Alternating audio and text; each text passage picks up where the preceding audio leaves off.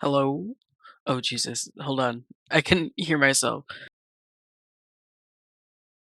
Well, all I did was mute me, so there's that. Here. No. Yes, I was right. That was there. Okay, you guys can still hear me. I can't hear myself. We all win, thankfully. Music, hush.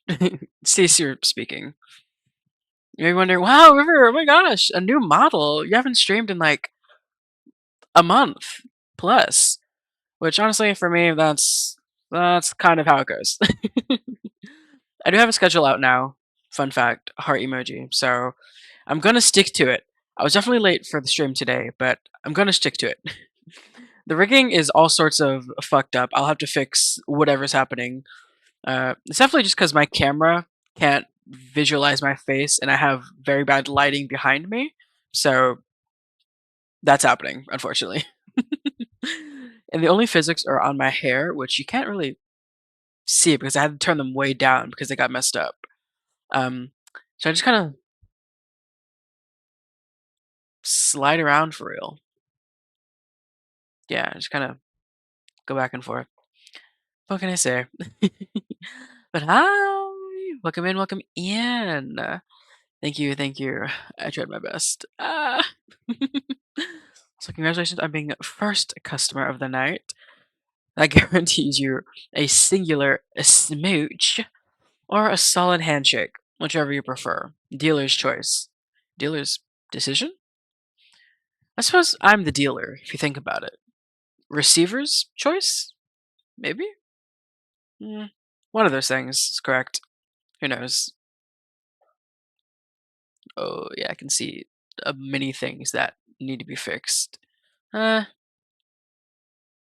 let's go handshake. Ah, damn. All right, let me. I don't think you'll be able to hear this, but we'll find out, I guess.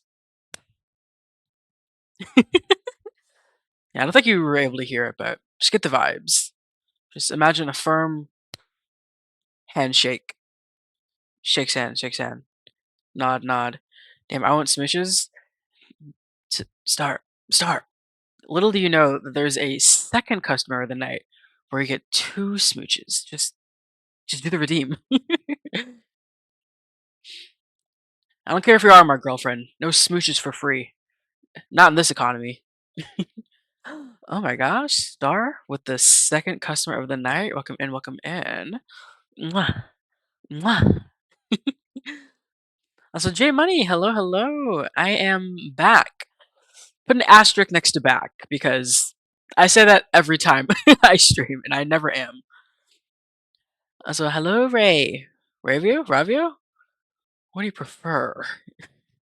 So what is in my pockets? Oh, it's just torn up index cards. It's really fascinating.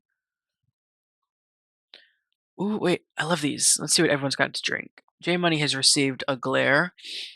Sorry, no drinks for you. She's free all the time, just not while you're streaming. Well, don't give away my secrets, SMH. Then everyone's gonna want smooches when I'm not streaming. Ravio. Is it Ravio? Oh, I forgot I had that little thing. Yeah, look at that. I've got that little GIF now. I've always had that. I just never used it. I forgot to implement it. Yeah, so when you order a drink now, that little thing over there plays. Mm-mm-mm.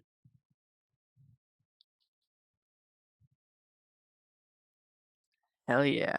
A mint julep. Hey, first actual drink of the night. I do like when it's drinks are ordered and it's never a drink. I think that's truly fascinating. My favorite thing. Yes, welcome in, welcome in. Today we're playing Lover's Enigma. I played this hmm, a good while ago, but it definitely crashed.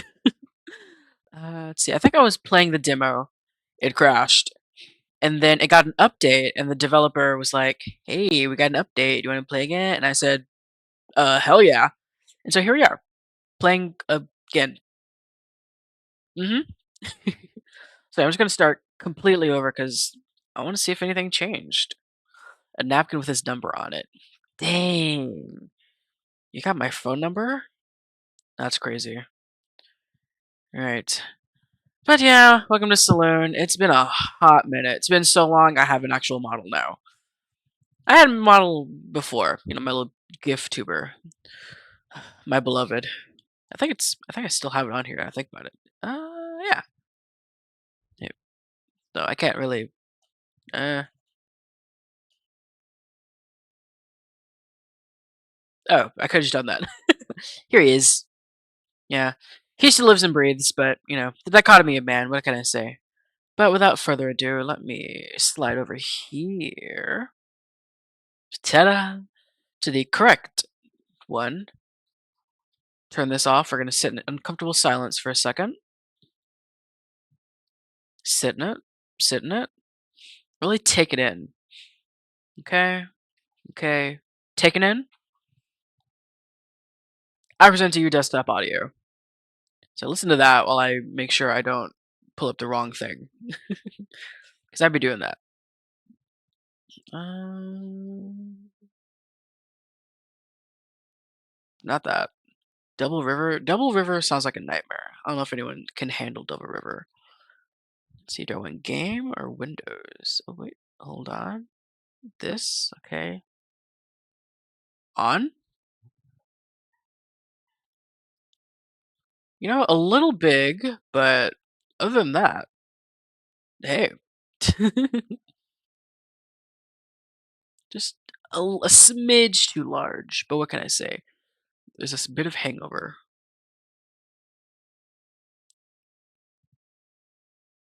Perfect. It kind of matches the vibe too. I like it. I like it. Let me lock that and never change this ever again. And everything else can change. Cool, cool, cool, cool. Theoretically, you should be able to hear the piano, I think this is.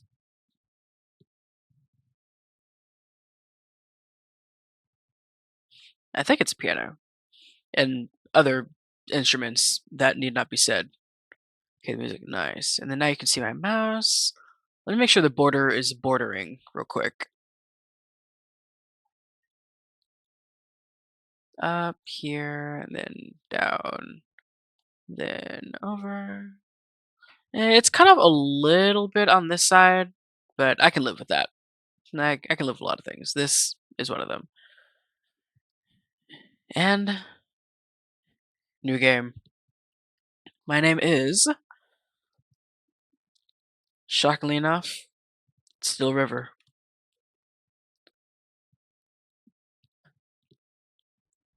Yeah, this kind of smacks. Ever since I was young, my mother's voice dictated my fate. Every word a reminder that my future was a tapestry woven from family obligations. A little too real. The pinnacle of this was my arranged marriage to Kazuki. Hell yeah. A budding journalist my mother had met at a coffee shop. I need to know. I don't know. My mom seems kind of chill like that. I will be honest, because she met this man and was like, "Yeah, my child would love this guy." I don't know. I'm kind of seeing her vision. Wait, I already read that. Lucky for her, he was in his late 20s too and looking to settle down. Well, reluctance gnawed at me, but I accepted. More to quieten my mother's persistence than out of any real obligations. And shout out to the metronome in the back, driving me slowly insane. Love for Kazuki never blossomed, yet his friendship became a comforting presence, his kindness a balm for my uncertain heart. I just need to lock in. Then, just weeks after our wedding, he died. As you do.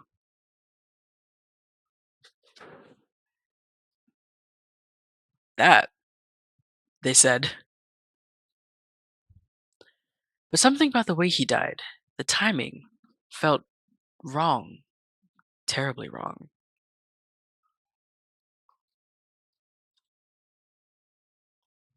Yet, what can I do?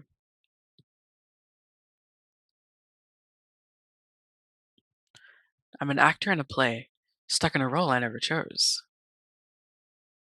Every move and word feels scripted by someone else, and no matter how hard I try, I can't escape the part I'm supposed to play. Bars. It's been 40 minutes. All you hear is the restless sound of your mother's voice.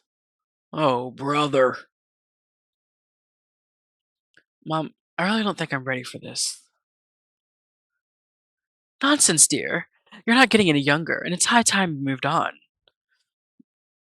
Besides, Ryota seems like a nice young man, and he's been asking about you.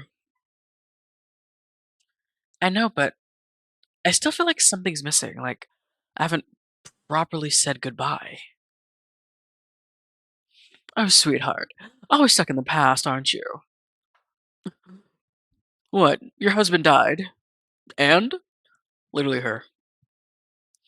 You need to stop dwelling on what's gone and start thinking about your future. Ryota could be a good opportunity for you. It's not just about Ryota, Mom. There's something off about Kazuki's death. I can feel it. I can feel it in my ears. Here we go again with your wild theories. The police investigated, and they found nothing. Can you kick the mom? I encourage it. I think she needs to be kicked. Why is she still in my life? I guess if we're going off like presumably Japanese culture, yes. But go home somewhere. Go do your job or something. Stop messing with me.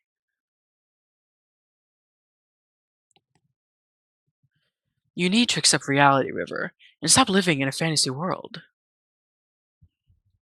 But what if there's more to it than what they found? What if Kazuki's death wasn't an accident? Enough. Okay. I won't entertain your delusions anymore. You need to focus on being a proper wife and daughter, not chasing ghosts.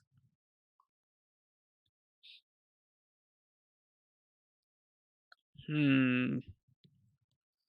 What if I want to chase ghosts? I don't know. Proper wife?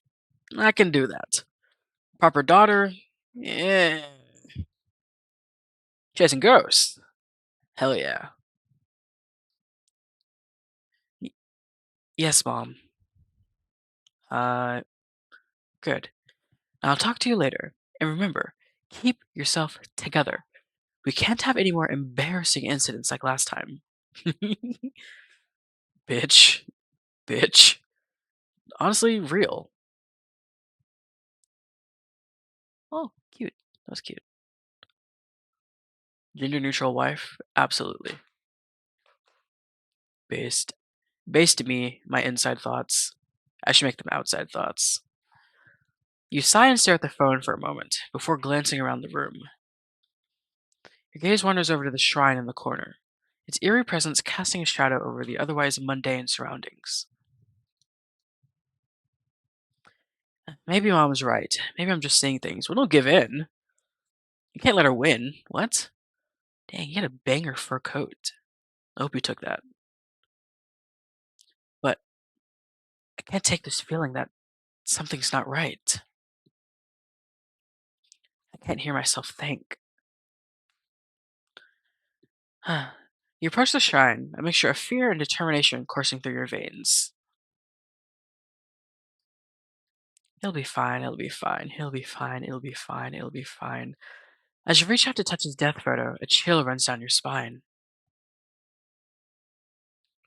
and you can't shake the feeling that you're being watched. It's fine. Day one. You don't have to walk me back home every day.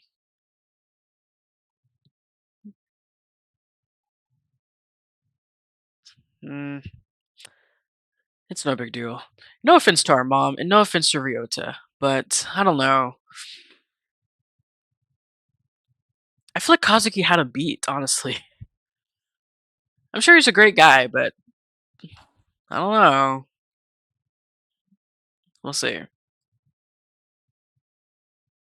But still, going out of your way like this, I know you said you're okay with the whole still testing the waters kind of arrangement. Are we into him? Hmm, but I can't help but feel bad about it.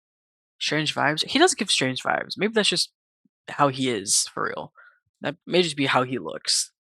He's just that kind of guy. You hesitate for a moment, try not to sound too patronizing. Anyways, thank you. I should head back. I don't want to take up any more of your time. Rosa's expression is still as unchanging as ever.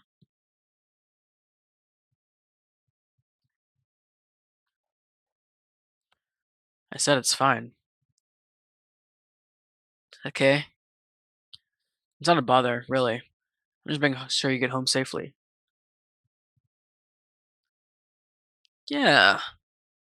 Oh, um, well, in that case, Rosa's chuckle feels forced. Oh, as I look at him, I notice his smile doesn't reach his eyes. Does he, like, hate us or something? What is happening here?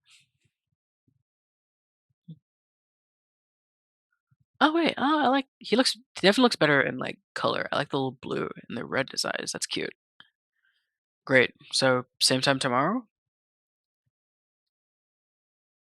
Yeah, the black and white is definitely off-putting. Definitely not doing him any favors. This is better, but he's still giving creepy. NGL. Alright. Thank you. Greta looks at you and gives you that same unreadable smile before waving goodbye. Bye, Ryota. You can't help but feel a pang of guilt and uncertainty as you watch him walk away. He doesn't probably. Whoa. He probably doesn't want to get too involved with me, anyways. I know he's just trying to be nice, but he's better off with someone with less baggage, especially with everything that happened with Kazuki. You sigh softly, feeling the weight of your own problems. You feel the sins crawling down your back. Maybe I should talk to Mom about easing up on her matchmaking. My swag-tastic flip phone. Leave instance for Kazuki. Come on, meet you at the lobby. Got it. Your task list is stored in your phone. Each day, a new task will appear for you on the list. Aye, aye. Completing tasks will cross them off for the day. Some tasks, like leaving instance for Kazuki, will appear every day. So every day I'll need to leave instance. Completing certain tasks will increase sanity. Oh, and for character-specific tasks, will increase their affection for you. Hell yeah. In the home screen of your phone, you can check your task in the task list. See your current contacts, look at.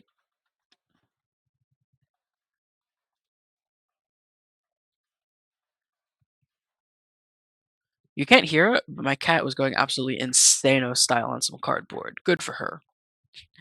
See your current contacts, look at pictures you've collected in your gallery, and check your emails. Haruki, Hyota, Ren, Kazuki, Yoko. Oh, I can scroll. Hell yeah. Mom, boss. I work? Yuck. In your contacts list, you can view the details by all the details of all the important people in your life. I don't know if my boss is important in my life. By clicking on their portrait, you'll be able to see more details. Haruki. Okay, maybe later.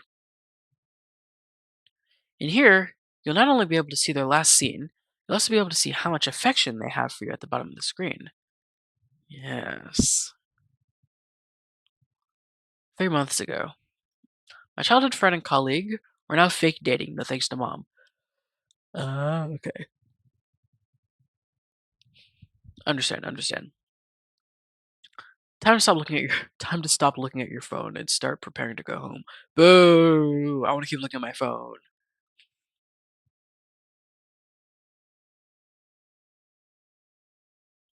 Yeah. I think it's really cute. It's got like I or see, if I remember correctly, it's got like a puzzle thing in it for nighttime stuff, maybe. That pissed me off. We'll see if it's still the same, but we'll see. I don't think it was hard. I felt a certain way about it. Yeah, it's a little spoopy, we'll say. Yeah, I definitely love the art style, and you can't really see it, but on the mouse, it's got like a little dude hugging it on the cursor. I think that's really cute. Just a little guy. In this part of the game, you'll be allowed to free roam around the town. Yes. I think last time I did this, I just kept getting lost and then ran out of time. You may explore the town from 2000 to 2300. When it reaches 2300, you will automatically head home. From 8 to 11? Is this AM or no, this is PM. Why am I exploring the town from 8 to 11 PM? It's kind of crazy. Go off me, I suppose? But, huh? By clicking on the button centered outside the map, you'll travel to another area of the town. So, like this? Oh, these. Got it. By clicking on the button centered in the map, you'll interact with the male leads and the various townsfolk. Be sure not to stay out too late. You wouldn't want to make mom angry. Is she gonna know if I stay out? What is she tracking me? I think we should block our mother. Just a thought. Oh, wait, phone. Incense for Kazuki. Shrine. Let me out. Let me. Fucking, fucking.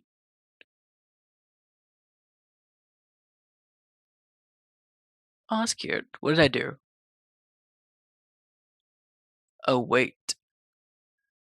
Hi? I don't know. Oh. Anyways. So do I need to go to the shrine? Shrine. Uh, alley. What's on the other side? Oh. The alleyway looks dark and musty. We can take it. Easy. Strange offer. Cat. There's a strange cat here. Hell yeah. Pet it. Meow. Hello, Miyabi. Affection with Miyabi increased. Yes. Oh, okay, so that took strange office. This place seems shady. Well, yes. But also that was weird wording. Yeah, but a few typos, but we ball. I don't know. I don't know if she lives with us or like we have to call her. I'm unsure. I suppose we'll find out though. There's faint music playing from beyond the door.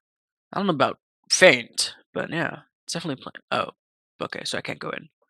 Lower district. Okay, we're back here. Alley, then upper street. Apartments, sweet shop, cafe, neighboring district. I've had nothing done so far. Sweet shop. Fuck it. We'll go here. Typically closed today. Maybe you should visit the old lady that runs this place tomorrow. She's always kind to you, and it's been a while since you've talked to her. Closed? Oh, brother. Um, temple? You see an individual try to enter the temple, but the shrine priest tries to desperately stop him. Best not to intrude. I can't be nosy? Okay, we've had nothing done. Let's go to the pharmacy. You've already visited them yesterday. Maybe it's best to visit them tomorrow instead. Cool, cool, cool, cool, cool, cool. River? Let's just have a talk with her. What? Let's have a gander outside. You avoid the river. It reminds you too much of Kazuki. Would I like to elaborate on that for myself or no? Okay, we're just gonna go with that. Alright. The bibliothèque. Quiet. There's a book you can read about the city's past. Blank town and blank prefecture used to be under the feudal lord by the name of unintelligible. The family was influential in the political sphere during the Meiji? Meiji era. But the sudden death of the young master caused the family to fall into ruin. Many such cases. Some say his death was no accident. Well, that's familiar. While others say there were supernatural things at play. Now we're getting somewhere. Well, that's enough reading for today. What am I, on a timer? I guess I am putting on a timer.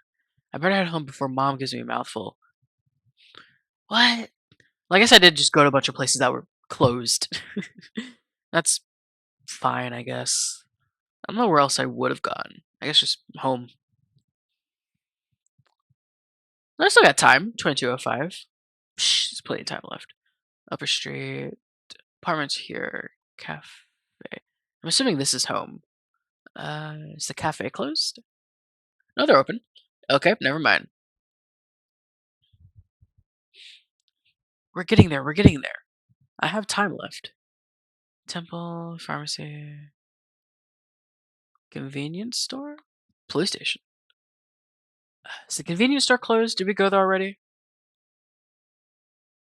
Let's see the police. While in an urgent case right now, please leave your case details and information at the counter. We will contact you once we have a moment to spare. Maybe when I lie, and I'm a cop, and I lie. You go to the receptionist to write down your inquiries around Kazuki's death before leaving. Hopefully they'll contact you soon. It's really late. I better head home before mom gives me a mouthful. I'll head home on my own time. The hell was that? Phone. Oh, I figured out what the sound was. It was literally just my cat going, other cat, not the same one fucking with cardboard. He went under the blinds because I have them all the way down, but he likes to look out the window. So, but unrelated. I put them down, so he's literally just crawled underneath them to be able to look out the window, is what that sound was. Just a little something in the daily life. Alright, we're gonna stay out here. Contacts. Yota. Yeah, 3 months ago.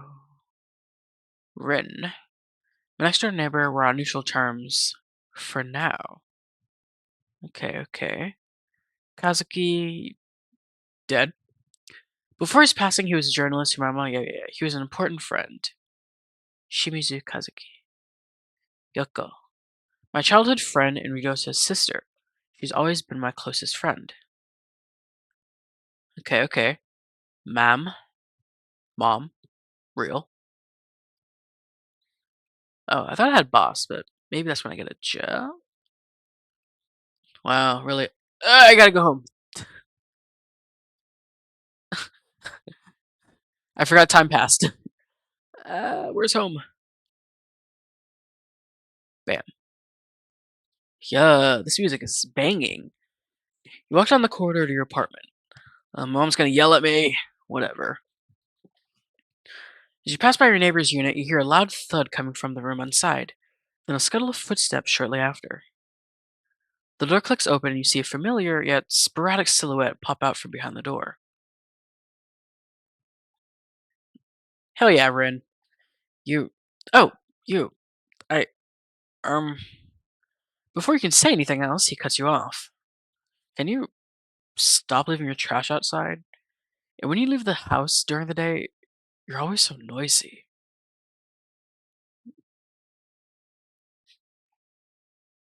Sure. I I know you have nothing better to do, but some people have things to do, you know. He gives you that stupid look on his face, reminiscent of a certain 2008 anime. You want to yell at him and call him a stupid naggy, but you're an adult. Even though he's short and rude, he should be able to reason like one too. Not for real. I'm sorry. I'll try not to be too loud next time. You expect him to continue berating you, but his expression softens. Seems as though he too is expecting some sort of resistance from you. Yeah, you'd better. See this short? Just like you got the downward angle going on. Just looking down at him. Dang. I like his eyes. He reminds me of who am I thinking of? Unsure. Who knows? But I love this collar. I want it for myself. 5'11" versus 6 foot. Literally, the difference is astronomical. Ren looks at you for a moment, a hint of defensiveness in his gaze, before reluctantly nodding his head and closing the door behind him.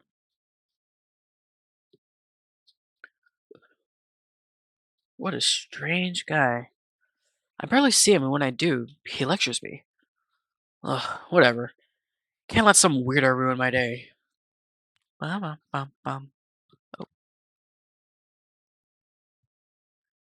neighbor's door. Yeah, we're already late. Might as well be late to the max. You hear a sigh before it goes quiet again. Maybe you shouldn't try again.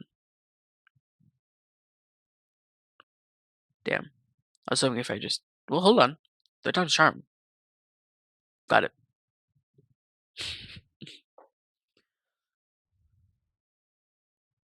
I guess I'll go home and listen to mom nag at me.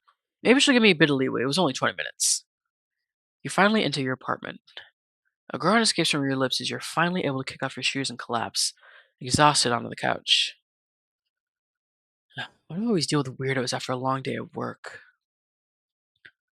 Speaking of work, I can't deal with it anymore. There's too much going on. Real. Everyone looks at me with that same pitiful yet ignored expression. They gossip about me behind my back. Yet every time they see me, they offer some unnecessary advice. It'd be so much easier if they just told me straight to my face that I'm weak. And Ryota, he's definitely not happy about this rearrangement. Rearrangement? Yeah? And Kazuki, his death. I just need to keep it together. Somehow. And then I'll be fine. I can't fall apart now. Not yet. Not with everyone waiting for me to fall. Maybe they're right. Maybe I am weak. Maybe I deserve their looks, their gossip. Maybe I deserve all of it. No, not again. Kazuki? No, that one's real. It's him. It be him? Please let it be him? He's right behind me, isn't he? Keep it together. Nah, for real. Hi, Mac. We absolutely need a therapist. Shit, shit, shit. It's happening again. Shit, shit. It's real. Or, it's not. What is. No, please. Not again. Hello? Anyone home? Yes! Coming! Oh, thank God. You rush over to the door, opening it frantically in hopes of ignoring the strange noises coming from your apartment again. Hello, sorry for the noise. What? No. Who is it? Hello! Your eyes widen in surprise at this weirdo's sudden dramatic entrance. Mix of confusion and skepticism on your face. Um, what? Can I help you? Uh, the vibes from your home are not immaculate. I can already sense the bad spirits squirming around your abode. But, no matter. I am Saotomi Haruki, exorcist extraordinaire, at your service.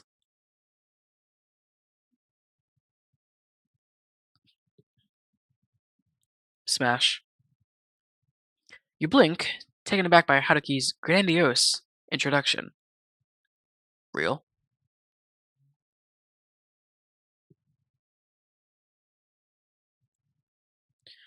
You were shaken up before, but now you're just simply perplexed.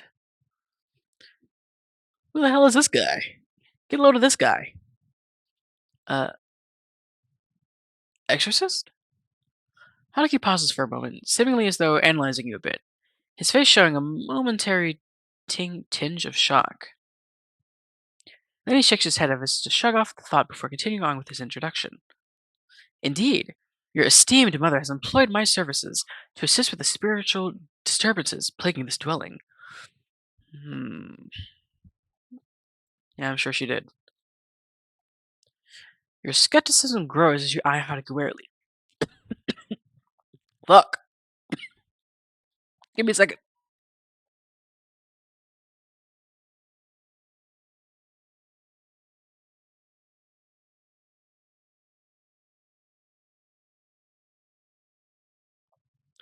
Stay hydrated, guys, or else you'll talk a lot and your throat will get really dry. Yeah, I'm fine. I am good. Actually, give me 2 seconds to get a lozenge To expedite the process. BRB. Uh, Stare at this fine gentleman for a sec. Thanks.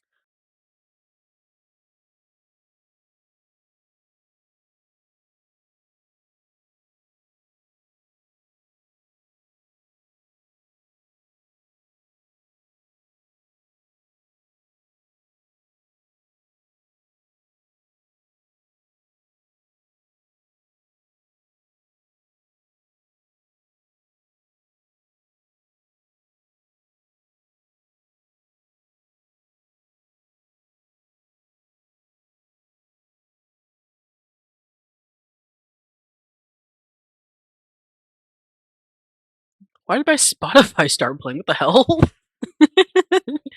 I come back and I was like, dang, this is a banger song. I didn't know they were chill like that. And it's literally just my Spotify playing. We'll see what consequences that has later.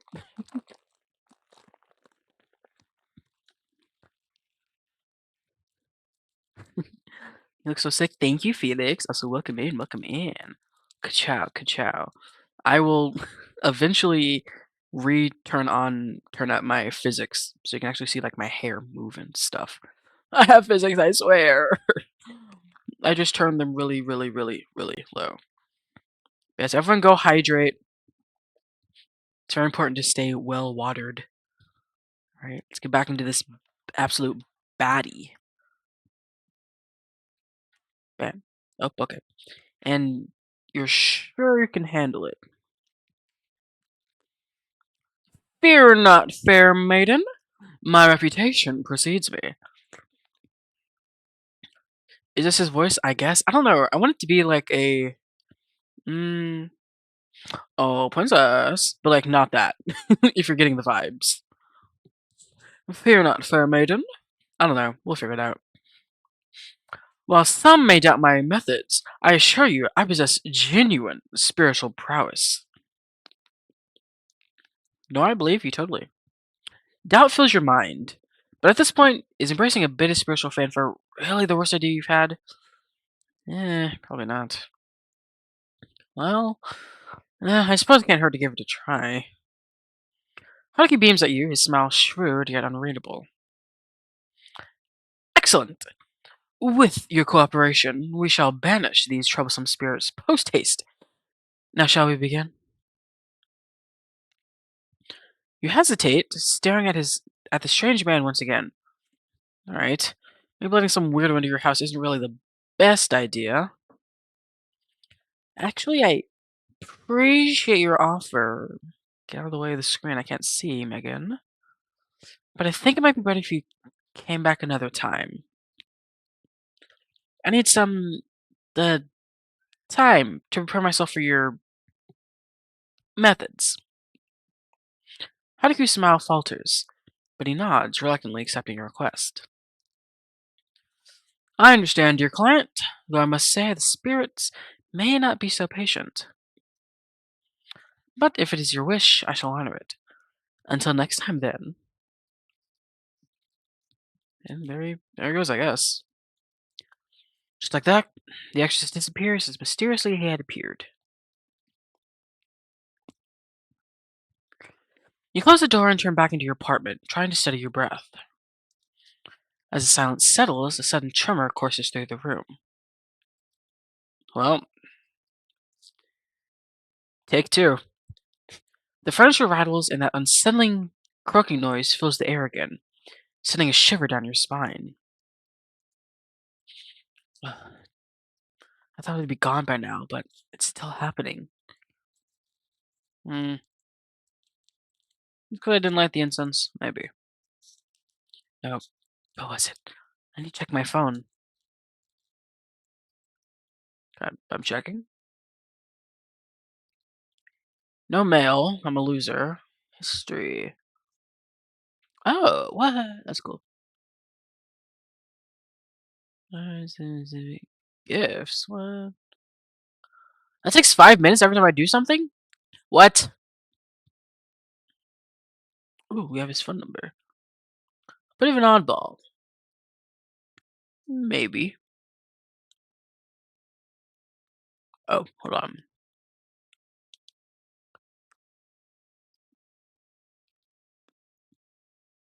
Oh, well, cool. So I was wasting time for no reason. Understandable. Crap. Must have forgotten to leave the incense out for Kazuki. Well, I kind of thought that would just kind of happen once we came home. Whoops. As you approach the shrine, it begins to shake violently. Curse him. Uh, Kazuki's death photo slips off the altar. You race to the shrine, your heart pounding in your chest. Slot machines. Listen, the slot machine, you need 3 matches to win. But if your sanity is high, you only need 2 to match. Press the spacebar to start playing or click on the lever. Alright, guys. It's time to gamble.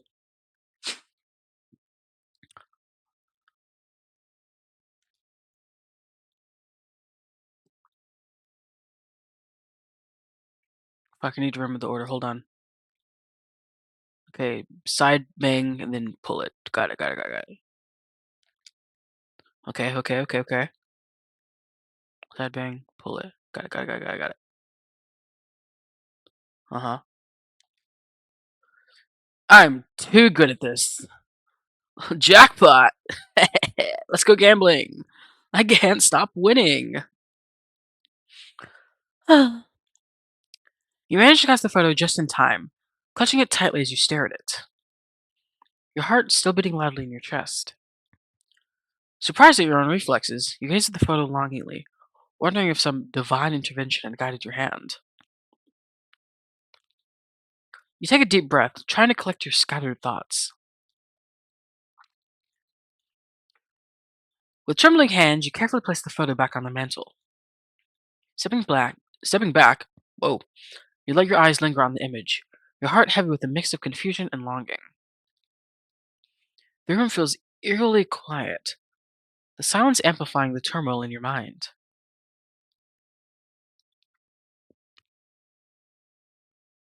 Okay, okay, okay. Yeah. Oh. I don't know how I feel about that one. Just the eyes is what's getting me. Let me just. Oh. Kazuki? Shit. Uh, I'm. I'm losing it again. That's not good. I need to calm down. I need to calm down. What'd you tell me? What was it? The bathroom. Yes. After you get to the bathroom. Normally, you would get actual help in order to keep yourself together. Well, yes. But that's not an option for you. At least not now. Okay, so therapy doesn't exist here. Got it. So this is the next best thing in keeping things under wraps. I love rhythm games. In this rhythm-based game, your goal is to match the beat by pressing the arrow keys at the right time. Easy. I was born for this.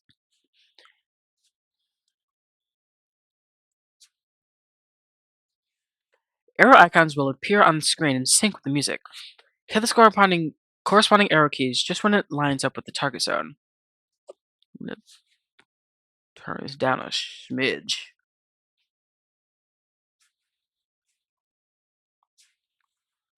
The more accurately you hit the keys, the higher your score. Keep calm and steady your heartbeat, and remember, suppress it. Real advice. Alright, easy, easy, easy, easy, easy.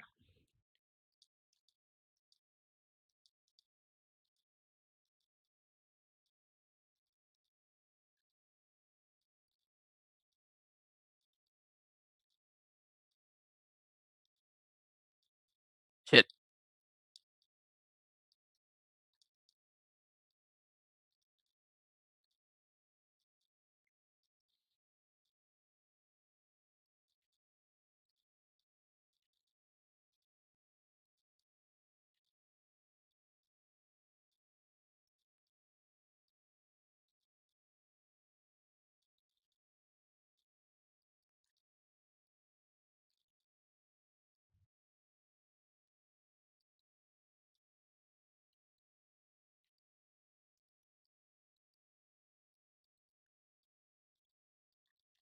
Fuck.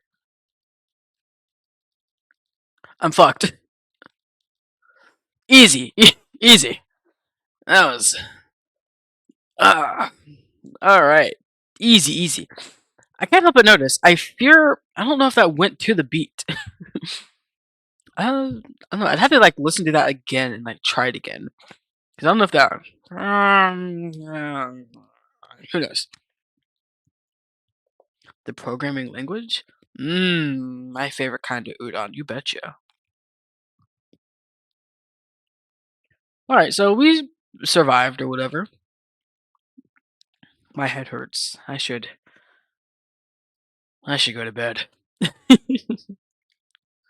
Me for real. Oh, it's a brand new day.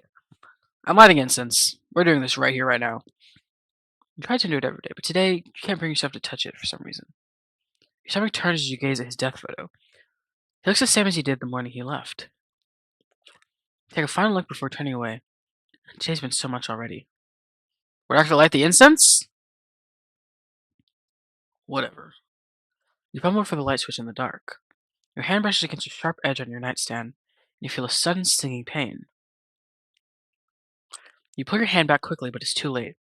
A small, deep cut begins to bleed. Well, there goes that. Save. Danganronpa. Shit. You grab a nearby towel and wrap it around your hand, pressing deep into the cut, trying to stop the bleeding. Whoa. Your vision blurs a little as you wince from the pain. You swear you see a weird symbol amidst the blood splatter. Boyfriends, husbands, exorcists, even the stupid apartment. Seriously. I wish Mom would stop meddling with my business and making me do all this for her. As you say that, your phone buzzes. From the glow of your screen, you read the words, 3 unread messages from Mom. Yeah, I'm sure there are. I'm exhausted. I need to sleep. I can't deal with anything anymore. We just woke up. Well, it was 0 so I guess we didn't just wake up. It was 12? Or is that 1 in, no, that's 1 in the morning, right? No, it's whatever. Early. As you lie in the bed, your head swirls with the aftermath of afterthoughts of today. Let's have a gander with these messages, shall we? Starting now.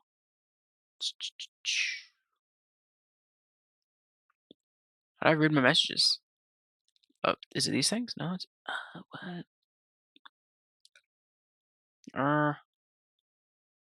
Boop boop. Scrolly, scroll, scroll, scroll, scroll, scroll, scroll, scroll, scroll, scroll, scroll. Well, yeah, it's like 0:15. So is this 12:15? Okay, got it. Aye, aye. Others, ghosts, boyfriends, husbands. Truly nightmares.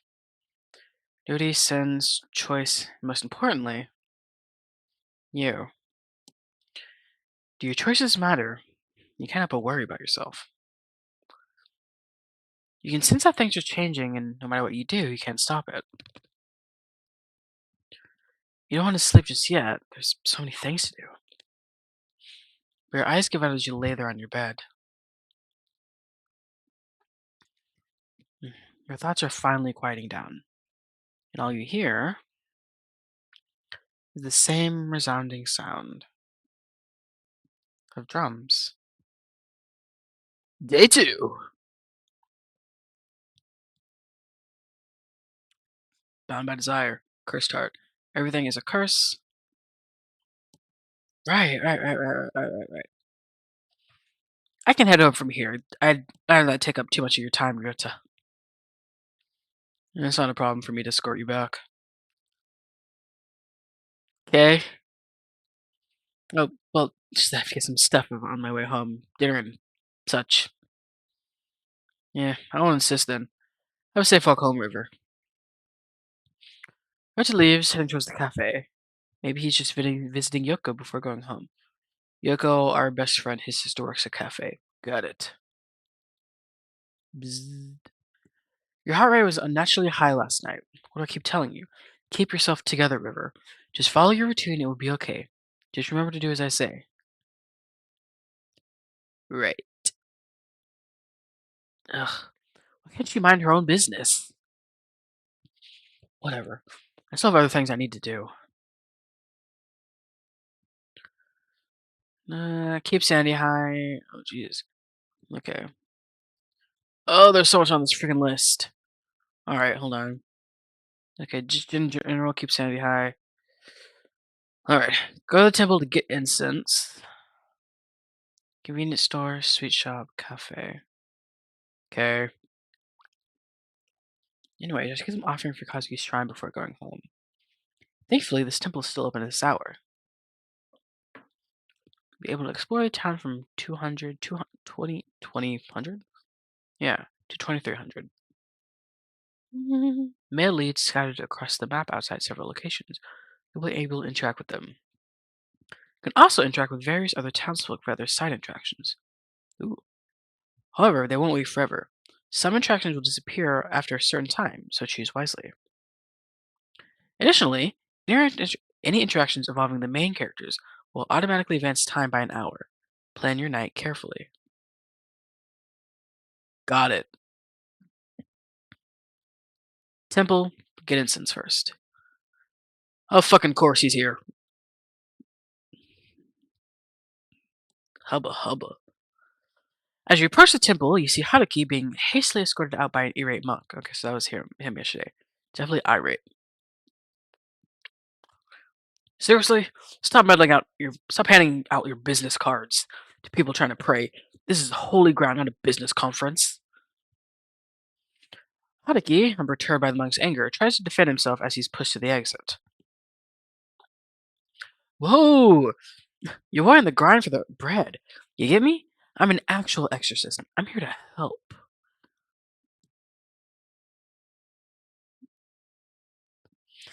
Sure, that's enough.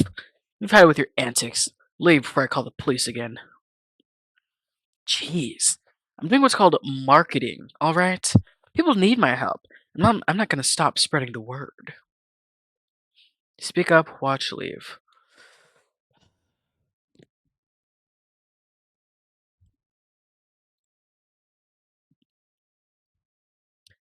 And, excuse me, I can vouch for him. Ugh. He's an actual exorcist. I'm actually one of his regulars. Ugh. The monk turns to you, his brows furrowed in skepticism. Young lady, you cannot be serious. This is clearly a con man. You need to be more cautious. People like him prey on the vulnerable. I understand your concerns, but he's genuinely helped me. I wouldn't be defending him if he wasn't the real deal.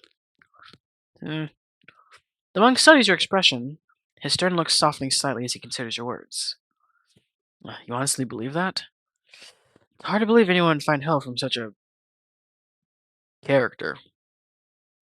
See? I told you. I'm a real exorcist. Just trying to help people. No scams here. Give me a chance. And I promise I'll respect your holy grounds. No fitty business, just good old psst. The monk sighs, clearly torn between his duty and your insistence. Slot machine. What am I rolling for? Oh shit, I didn't know it started already. Fuck. Okay, it's after the cat. Got it. Easy. Zoo-wee. Alright, I'll give him the benefit of the doubt this time. If I catch him causing trouble again, he's out for good. Thank you for understanding. Trust me, he's really helped me out of some bad spots. The monk nods reluctantly. Very well, I'll take your word for it. Just make sure he respects the sanctity of this place. Hadaki grins wildly, clearly pleased. Thanks for backing me up, River. You're the best. I owe you one. It's only been 10 minutes. Anyway, dear client, what brings you to sacred ground? Surely you didn't come just to witness my flair. Came to see you.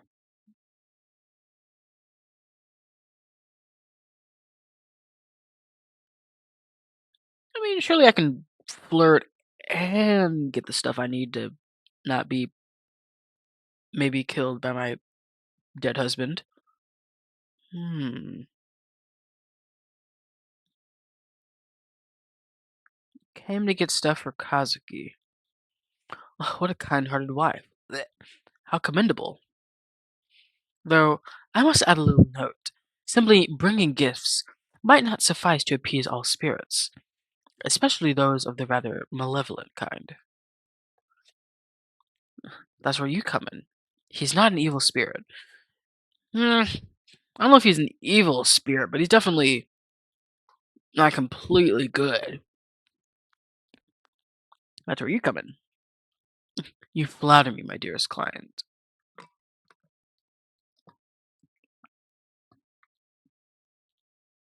I shall do my best to navigate these intricate spiritual matters with the same flair and expertise you do believe I truly witness. Dang, how'd you make that face? How'd you say that face out loud? Colon 3. Flair and finesse, huh? Sounds like you're selling yourself pretty hard. Well, one must advertise their talents. Besides, I believe that little charm never hurts anyone, especially when it comes to dealing with the otherworldly. Think of it as an added bonus to my professional services. Uh huh. Why are we so cheerful, Haruki? I really feel like I can relax when you're around. That's how they get you. I'm just doing my part to lighten the mood. Exorcism would be such a gloomy business otherwise. But I must warn you. Oh, I love his tattoos. But I must warn you, spirits can be quite tricky, you know. The world of the supernatural is like an intricate dance. Sometimes even benign spirits have their own quirks and challenges. How did he say that emote? Not for real. He's got a lot of emotes he's just been saying for real. When I sensed that you're home the other day, I don't want to bring it up there and then just in case you got scared. But whatever's in there, whatever is haunting your house is not a simple ghost. It's something that's been festering for years. Who wouldn't be afraid if you put it like that? Ah, forget my choice of words. What I meant to say is, there's something strange brewing spiritually in your home. But that's not something the strong and knowledgeable exorcist from the Sao Tome clan. Wait, that's not something the strong and knowledgeable exorcist from the Sao Tome clan, that is I, can't handle. So please, trust me. I'll help erase any evil that plagues your way. Little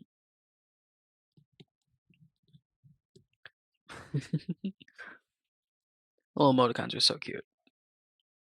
Anyways, I would love to stay in chat, but duty calls.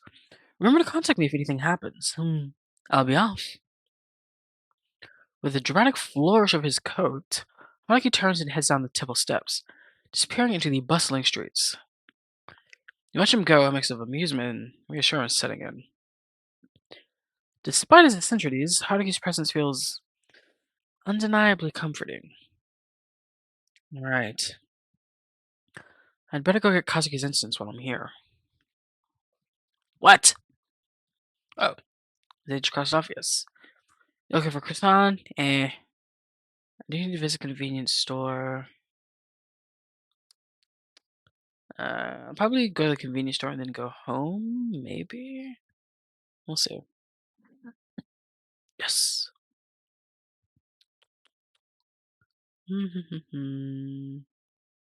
Let me the pharmacy and then convenience store, maybe? How can I help you today? I need to get some medicine. Just been having nightmares and there's been some kind of noise in my head. I'm hearing things is what I mean. So auditory hallucinations and night terrors.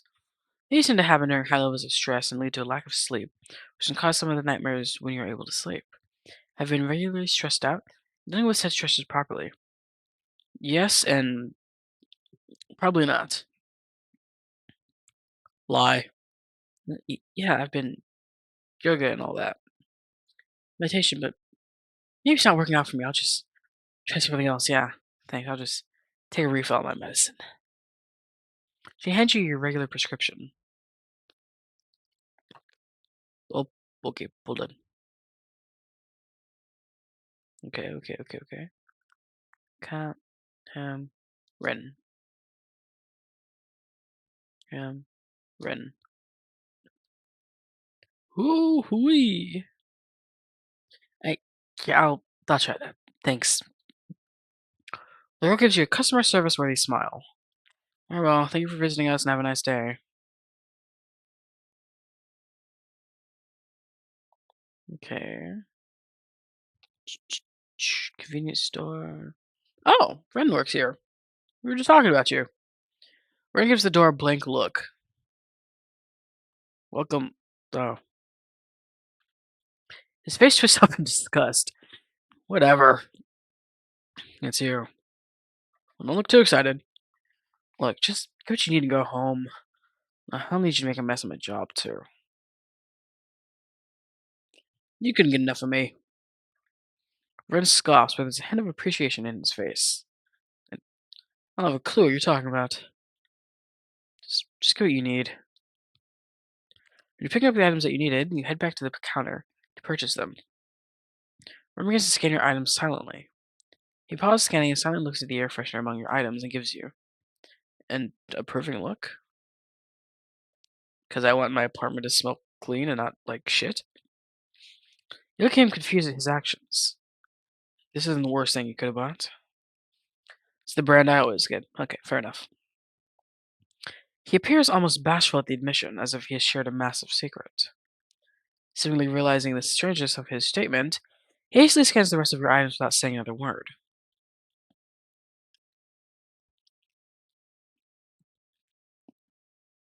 He points at the cash register display. Yeah, pay and leave. We got places to be. He lets you go silently. You head toward the oh right. You head towards the exit. You hear a loud crash. Turning around, you see a customer standing amidst the toppled display. Ren, clearly irritated, clicks his tongue. Did you just click your tongue at me? You worthless brat, your sloppy work cost us. What if I was injured, huh? It's not my job to deal with morons. What'd you say to me? I'll report you to your manager, you. Report away, I'll clean it up. I'm not wasting time arguing. You keep being mad at me and I'll keep fucking slug you. The customer inches closer to Ren and points his fingers in his face threateningly. Ren steps back but realizes he's being backed against a wall as the customer corners him. Defend Ren. Seeing the customer's aggression, you decide to step in. Hey, how can you say such things? You're the one who should apologize. As you try to intervene, the customer, who you can see is clearly intoxicated, tries to swing at you. Okay, well, here's us dodging, I suppose.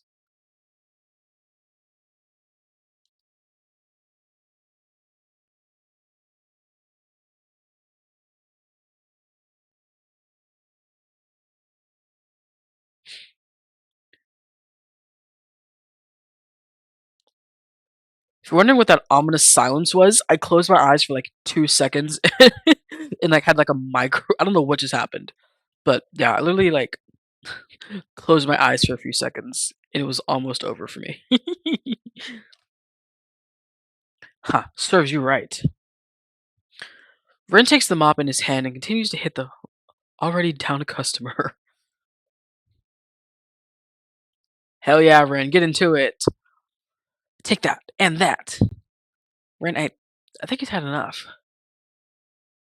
Oh, fine. He tosses the mop aside in triumph. The customer drunkenly stumbles his way out, confused by the whole situation. Ren turns to look at you with a newfound respect. Huh. It's cool how you dodged that guy so quickly. Oh, what's that? I don't think I heard you that first part quite clearly. You're saying how cool, amazing, and pretty I looked while standing up against that guy? Huh? I didn't say anything like that. It's just nice to hear some appreciation coming from you for once. Don't get used to it, but yeah, thanks. I guess that could have gotten a lot worse. No problem. Glad I could help. Plus, it was kind of fun seeing you swing that mop around. Yeah, it's called zoning. And, you too, I guess. Aw, you do care. Don't make me regret saying that. Look, just if you're free tomorrow after work, we should swing by the shop near the apartment. I might be free. You know, the one owned by that old granny. I'll pay back this favor. TBD. You asking me out on a date, Rin? What? No, I just owe you one, alright? Relax, I'm just teasing. I'll be there. Whoa, promises. I didn't agree to actually be there. Good. And, thanks again. Seriously. Anytime, just trying to get into any more fights while I'm not around. Yeah, yeah. Just got out of here before I change my mind about being grateful. Uh-huh.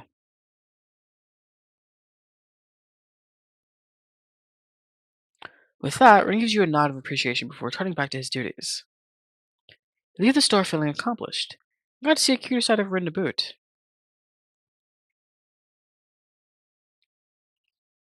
Alright. 2250. Sanity increased. Affection with Rin increased. Better head home before mom gives me a mouthful. I need light incense. I'm fucked. We're fucked.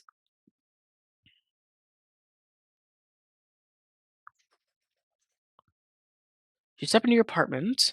A knock echoes throughout the door. Voice calls from the other side. Hello? Is anyone home? What now? With a resigned sigh, you approach the door. When you open it, you're met by a woman standing there, her hands clasped together in a formal manner.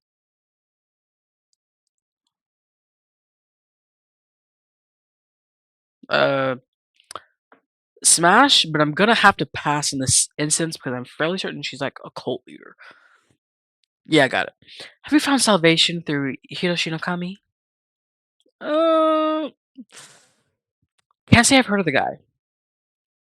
Salvation? What do you mean? Hiroshi no Kami, the Divine One, offers visions and guidance to those who seek the future. He is the light in the darkness, the savior of lost souls. You seem like someone searching for answers. Why not explore what he has to offer? Embracing his guidance might bring you the balance and peace you need to keep things in order. After all, in the midst of chaos, true balance is found through the light of the divine.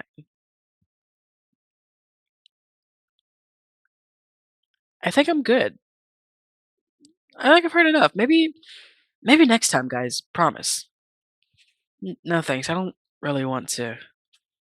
You try to close the door, but the cult member wedges her hand in the gap. Got it. Got it.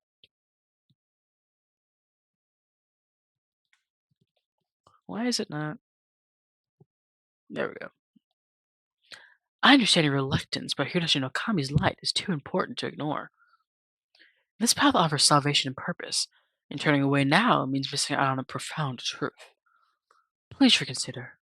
Our door is always open, but the time to accept his guidance is now. Rin. Rin. Cat. Rin. Ooh-wee. I appreciate your concern, but that was not really a good time. I'll definitely check it out again, though. I understand it's not the best moment, but Hiroshi no Kami's guidance is essential. This opportunity to find balance and peace might not come again. Isn't your search for answers worth exploring? Really not interested right now. But think of the clarity and purpose you might gain. Just a brief visit could make a world of a difference. I said no. I need to focus on other things at the moment. I see. Well, I'll respect your decision. Eh, for now. I'll come back with more information if you're still unsure. Thank you for at least considering it. Remember, our door is always open. The woman bows deeply and with a final lingering look turns away, leaving you alone. Incense. For a long day, you sat in Kazuki's shrine. Granted, the day before, it's still relatively neat. Take care of him first. Nothing keeps you at peace for tonight, once again. Maybe it's my imagination, but the air around the shrine feels a little colder and the feeling of gratitude settles in my bones. You smile softly at the shrine. Good night, Kazuki. Boop. Work was tiring today. I'm sorry, Kazuki, but I'll do what I can. There, all better. Affection with Kazuki increased. It's okay. Leave. Right to the bathroom we go.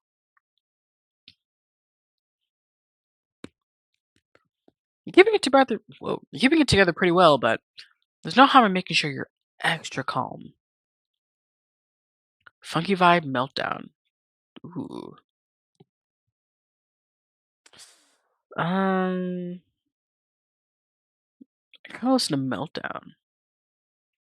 Easy, normal, hard. Or you go normal. Let's do this thing.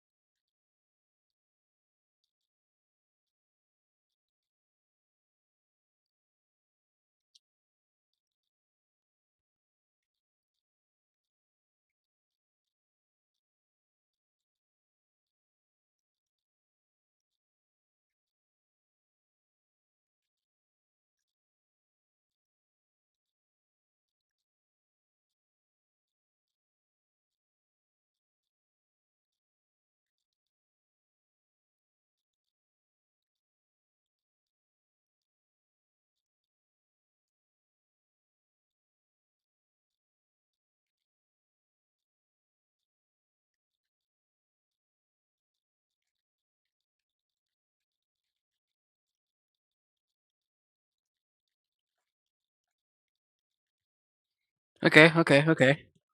We're keeping it kind of together. 90% of the total notes. Easy. Easy. Sanity increased. Nice.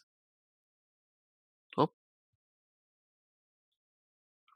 that. Yeah, that's it. Any mail? Okay. Guess not. Any mail? Oh, yeah, don't care.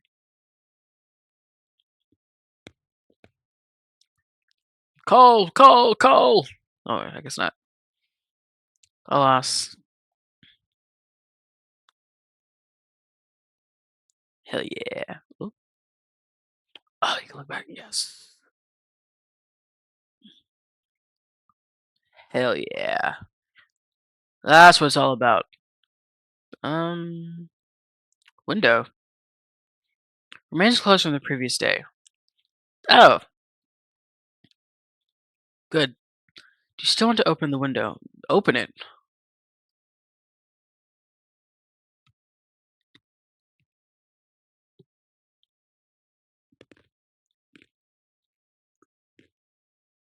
I'm kind of curious what happens if you do open it. You open the window despite the nauseating stench from yesterday, and yet you're met with the sweet smell of cotton candy? I'll leave the window open for now. At least it smells nice.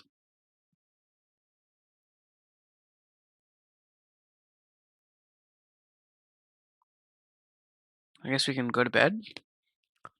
You step inside and everything seems in place. The door clicks shut behind you for a fleeting moment. Peace settles in the air. Your mind drifts back to the day. Whenever I'm with Haruki, his energy makes me feel less tired. He's surprisingly fun to be around. Weird guy, but yeah, he's fun to be around. He's chill. I don't know how Ren does it, but customer service is certainly not for the weak. I get so tired of dealing with all those customers. The soft, unexpected smile brushes your lips. Maybe things aren't so bad after all. Maybe not everything has to be difficult. Before the thought can settle, something stirs beneath your skin. Guilt, thick and alive, begins to bubble, crawling its way through your veins and towards your fingertips. Your hands tremble. You glance down. Was that a flicker? A slither beneath the surface? What the? How can you enjoy life when Kazuki's killer is still out there? Many such cases. You don't actually believe he committed suicide. Do you? You're not doing enough. The accusation lingers, sinking its claws in. Your fingers find your nails, and you begin to pick, anxiety bubbling up, choking your thoughts. No. You're already working on finding his killer, aren't you? Yet the doubt coils to get tighter. Are you making any progress? It whispers, persistent. Who gave you the right to smile? To feel any joy when Kazuki is nothing more than ashes now? Your nails dig into your flesh, tearing at the guilt festering just beneath the surface. You claw at your skin, frantic, as if somehow you can scrape away the guilt, as if those phantom insects crawling beneath the surface will stop moving, will stop whispering. The scar on your hand throbs sharp, biting, and suddenly the wound opens again. Fresh blood dribbling down your wrist. Your head pounds, a drumbeat of dread. A knock echoes from the door, soft but familiar. The colt again? Panic seizes you and you run to the bathroom, desperate to escape and to wash away the dread crawling up your spine. Hi, Renzo. What are these cats? What am I looking at? Hold on. Oh yeah, the little tabbies. Those are cute. Oh, well, you splash cold water on your face, but as you glance in the mirror, something flickers behind you. Ah, dang it. I was just about to ask what you were wearing. You can't say you got out of the shower and then say I can't ask what you're wearing. That's like illegal. Oh, I didn't need this. Your stomach twists violently, bile rises, and you hurl the day's lunch into the sink. Then, without warning, the lights snap off. Darkness engulfs the room, thick and suffocating. The only sound is the low mechanic hum of the ventilator and the running water filling the void.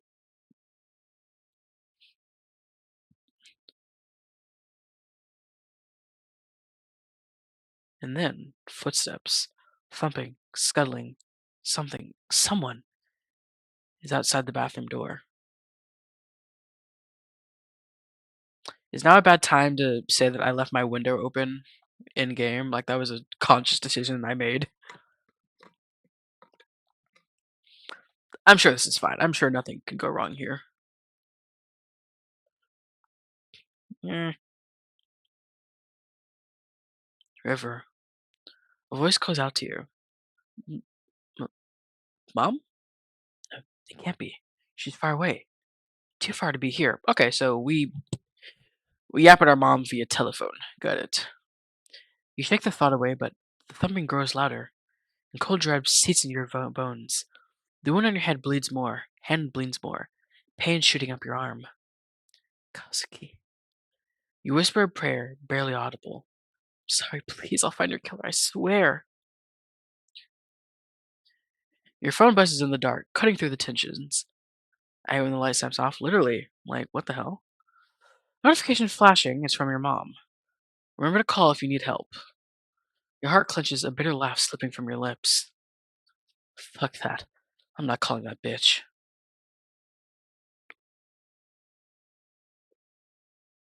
Whoa, the freaking spirits are getting me. But then, a colder thought cuts through the fear. Who are you calling?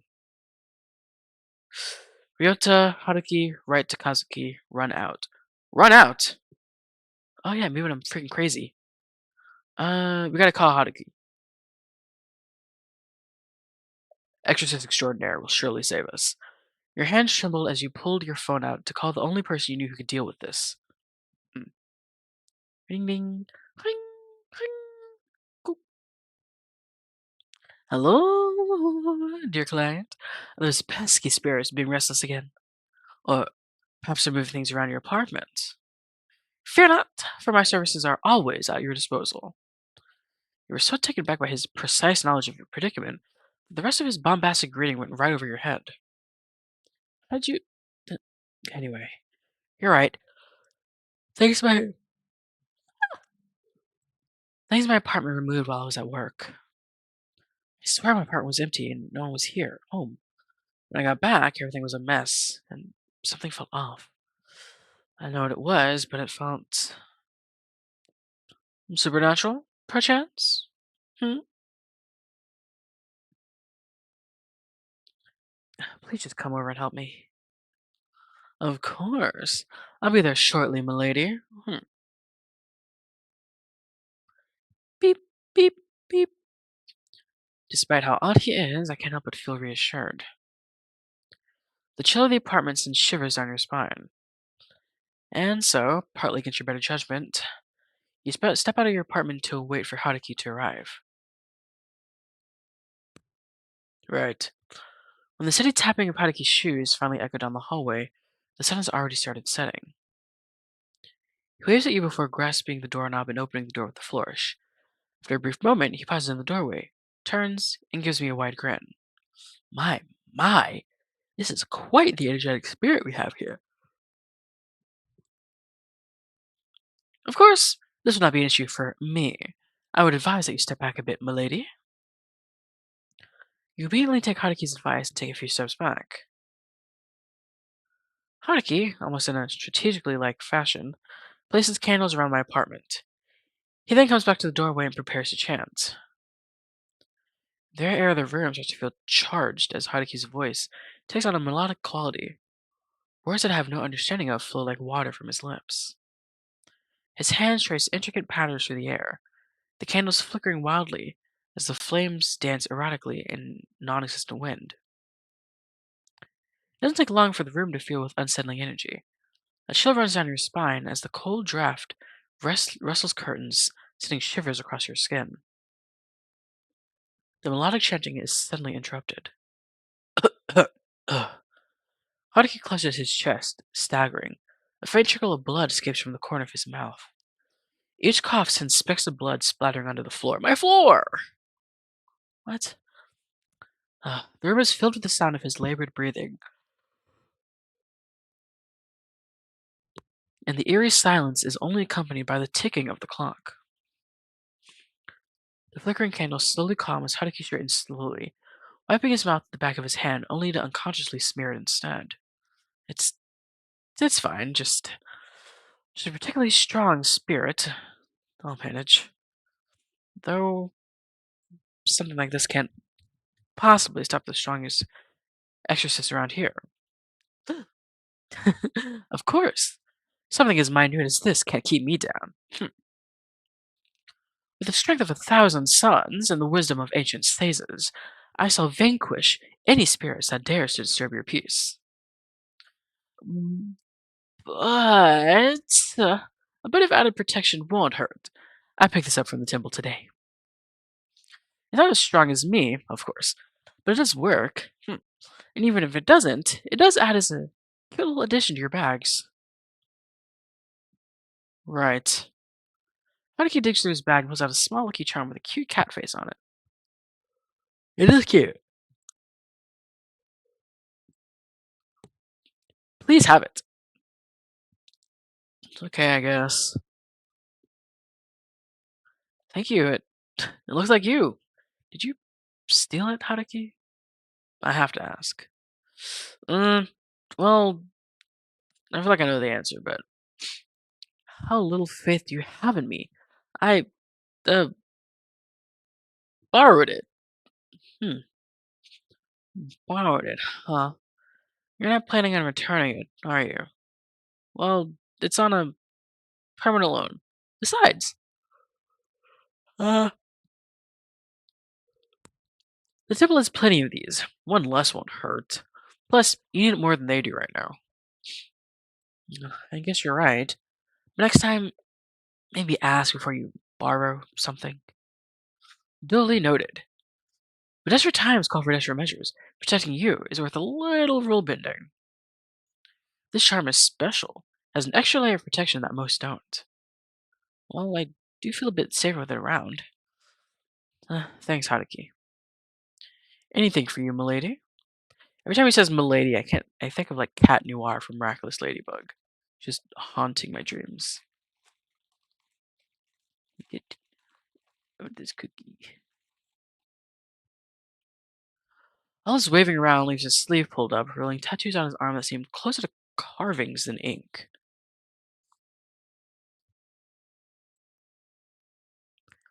You can't help but steal a couple of glances at them, noticing beads of blood seeping along the intricately carved symbols.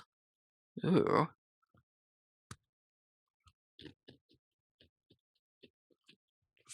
Haruki notices the glances and sends a grin your way, eyes twinkling mischievously. Ah, these old things, they're my best kept secret. People say they're a map to buried treasure, but I'm afraid it's just my way of keeping things interesting. You're bleeding, though. It's something to be worried about. What kind of exorcist would I be if I were afraid of a little blood? Besides, it hurt a lot more when I got them. You hand him a towel as you take a seat next to him. Still, though, it looks painful. You hesitate, thinking about whether or not to ask how to keep out them, but he senses your curiosity and speaks up anyway. No, they're protective wards, so they won't, so that I won't ever lose a battle with the spirit. But if you're so strong, why do you need them? There's no shame in relying on an extra layer of protection. Sometimes there are enemies you can't fight alone. Besides, they look pretty cool, don't they? As to the whole mysterious exorcist vibe, like I walk straight off an anime or something. You roll your eyes, smirking at his cheekiness, but your smile fades when you see Haruki wince in pain. He's still hurt, his wound is still bleeding, and there's a ghost in your house. Haruki, you know, behind all the cheeriness and grandiosity, it seems that I don't know much about you.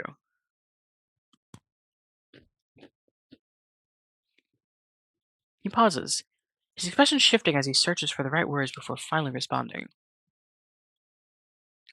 Hmm, there's nothing too interesting.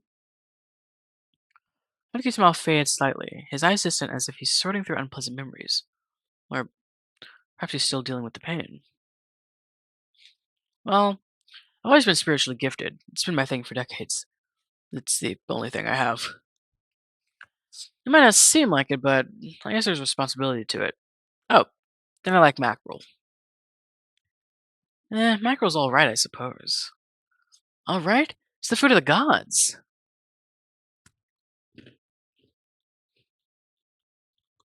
Haruki's expression shifts to something softer but still as genuine.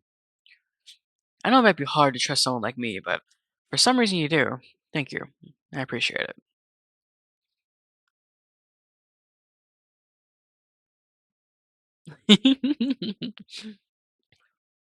what could what could Renzo possibly have to say to me?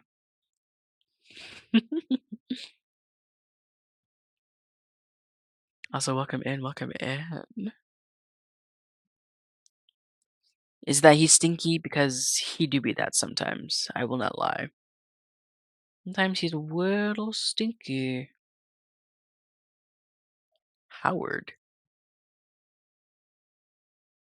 I don't know any Howards. Ooh, now I think about it, I don't know any Howards. That's a solid name though. Hmm. No, Howard gives like old people name. Yeah, Howard is fine. I'm sure it is. Stinky. Promise I'll tell you everything someday. Maybe over some fried mackerel. A heart. Hmm. I've never had mackerel. What does it taste like? Someone who's had mackerel, if anyone's had mackerel, what does it taste like in American fish terms? I.e., the only fish I know are tilapia, cod, catfish. Never had it. Um,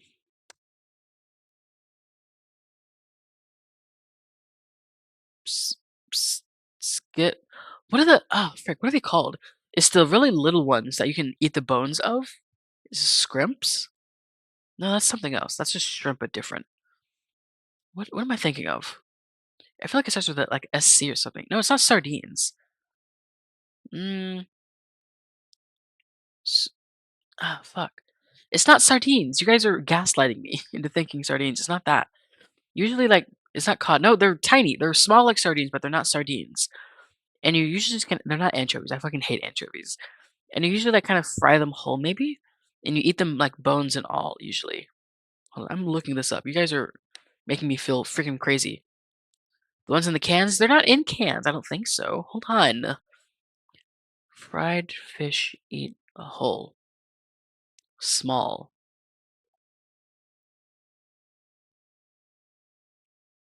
What are these called? What are these called? What are these called? What is this? What are these called? I've never called them before. What are they called? White bait? What the hell is white bait? Hold on. Google is telling me white bait, but I've never called it this in my life. Hold on. White bait. Oh, yeah, it is these, but um, hmm, white bait fish name. Let it be known, my parents called them something totally different. It's kind of like these.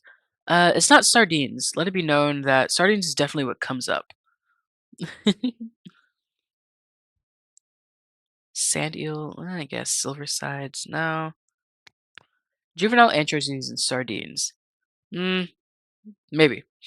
Okay, maybe. Oh, okay. Fuck. Jesus Christ. They're called smelts. I knew I was onto something. SMELT. Smelt is what they're called.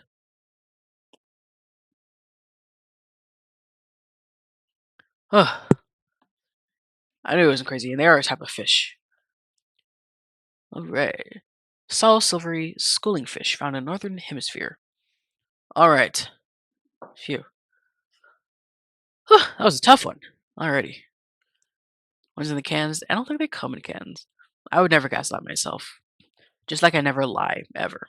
I am simply just a guy, just a hair. Yeah. You'll notice I'm not quite a cowboy today, and I won't be for a while, because I haven't rigged my hat. So I refuse to wear it until I've done so.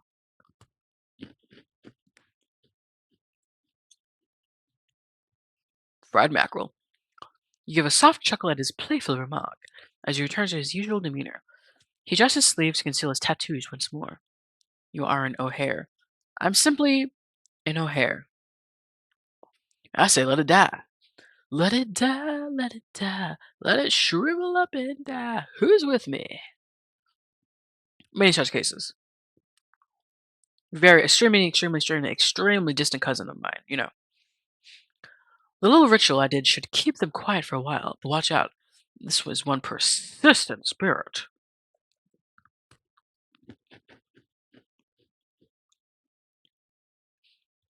You nod gratefully, feeling a sense of relief mixed with concern for Haruki's well-being. Thank you, Haruki. Please take care of yourself. He acknowledges your words with a nod, his eyes reflecting a flicker of gratitude amidst the weariness. Always, my dear client. Until next time. Thanks, Haruki. Haruki trots back down the hallway, giving one last wave as you close the door. Sanity increased. Yes. Hmm. Well, it's just the demo, but I definitely do want to do. I'm not sure how far it goes. I guess we'll just kind of keep going. But I definitely want to do this, and I want to see what happens uh, when my sanity decreases.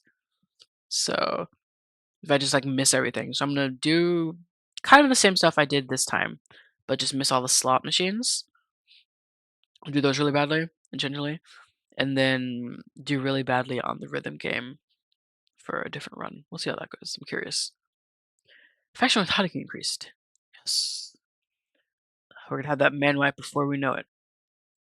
And close my window. The sweet smell of jasmine still wafts through the air. I can close it. Oh, I guess I'll look at the shrine. Frick. Kazuki's shrine. You've tended to it today. Take a final look before turning away. Today's been so much already.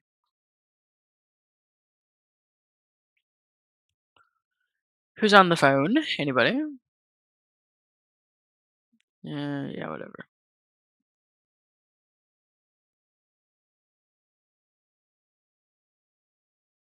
Oh, I'm a little tassel. That's cute. What is? Oh, that doesn't do anything. Still cute though. Back. Um, door. Who's out there? Avasti. Afraid that the strange woman would come back. We'd best not to leave the house now. Yeah, I suppose. I guess just go back to sleep. As you drift into sleep, fragments of another life flicker through your mind. Faces and voices swirl around you, familiar yet distant, leaving an unsettling sense of deja vu. There's a leader's presence, a protector's shadow, a friend's warmth, a wanderer's wisdom, and a companion's loyalty, all tangled in memories you can't quite grasp. You want to make sense of it, but weariness pulls you deeper, into a void-filled slumber where the past whispers but never fully reveals itself. Dig deeper. I dig a deeper, find out who you are. You feel your heart wrench as memories of the past continue to swirl in your brain. You hear the same familiar knockings, but this time they feel different. Not teeming with the same malicious intent brewing in your apartment, but with an air of protectiveness, warmth, and even love? Someone loved you very much. He cared about you in the past. When you were chased out of your village, he took you in. Yes, him. He had everything: a mansion, servants, and power. Unlike the people at your village, he wasn't afraid of you, even though you brought endless calamities. Okay, okay. He was potential. He saw strength and he saw kindness. Despite everything, you were the calm in his life.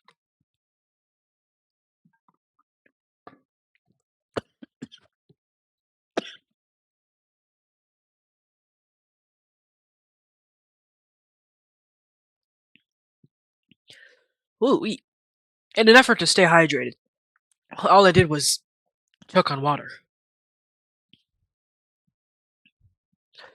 This is your reminder to stay hydrated, but not too hydrated. Yeah, yeah.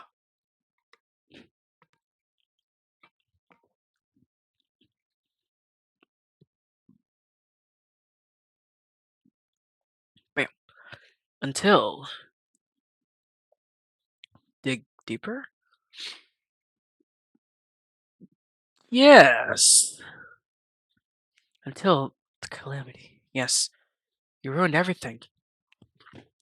It's probably draining my sanity. Yeah, we've got some to spare. I think we'll be alright. You ruined everything. You had someone who loved you, but you couldn't help it.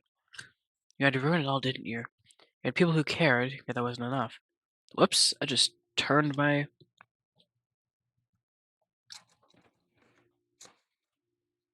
Hold on, hold on. I accidentally turned my washing machine on.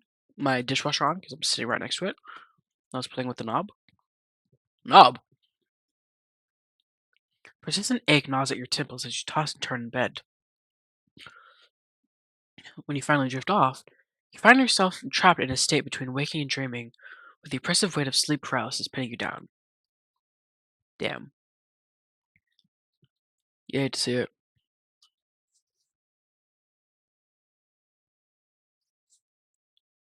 All around, all around you, the shadows dance and morph into haunting figures. Muffled voices, distant and unintelligible, echo in your ears as they scream your name. You see the people who loved you melt into a horrifying mass of flesh and blood. Real. You try to scream to move, but your body disobeys your desperate commands. Just when you think you can't take any more, the darkness recedes.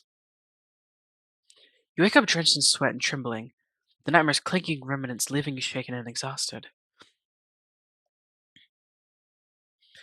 Yeah, I figured as much. Alas. 85's not too bad. 85's not too bad. Let's go day 3. Give it up for day 3. After work, as you're stepping off the train with Ryota, your phone suddenly rings. Hotkey.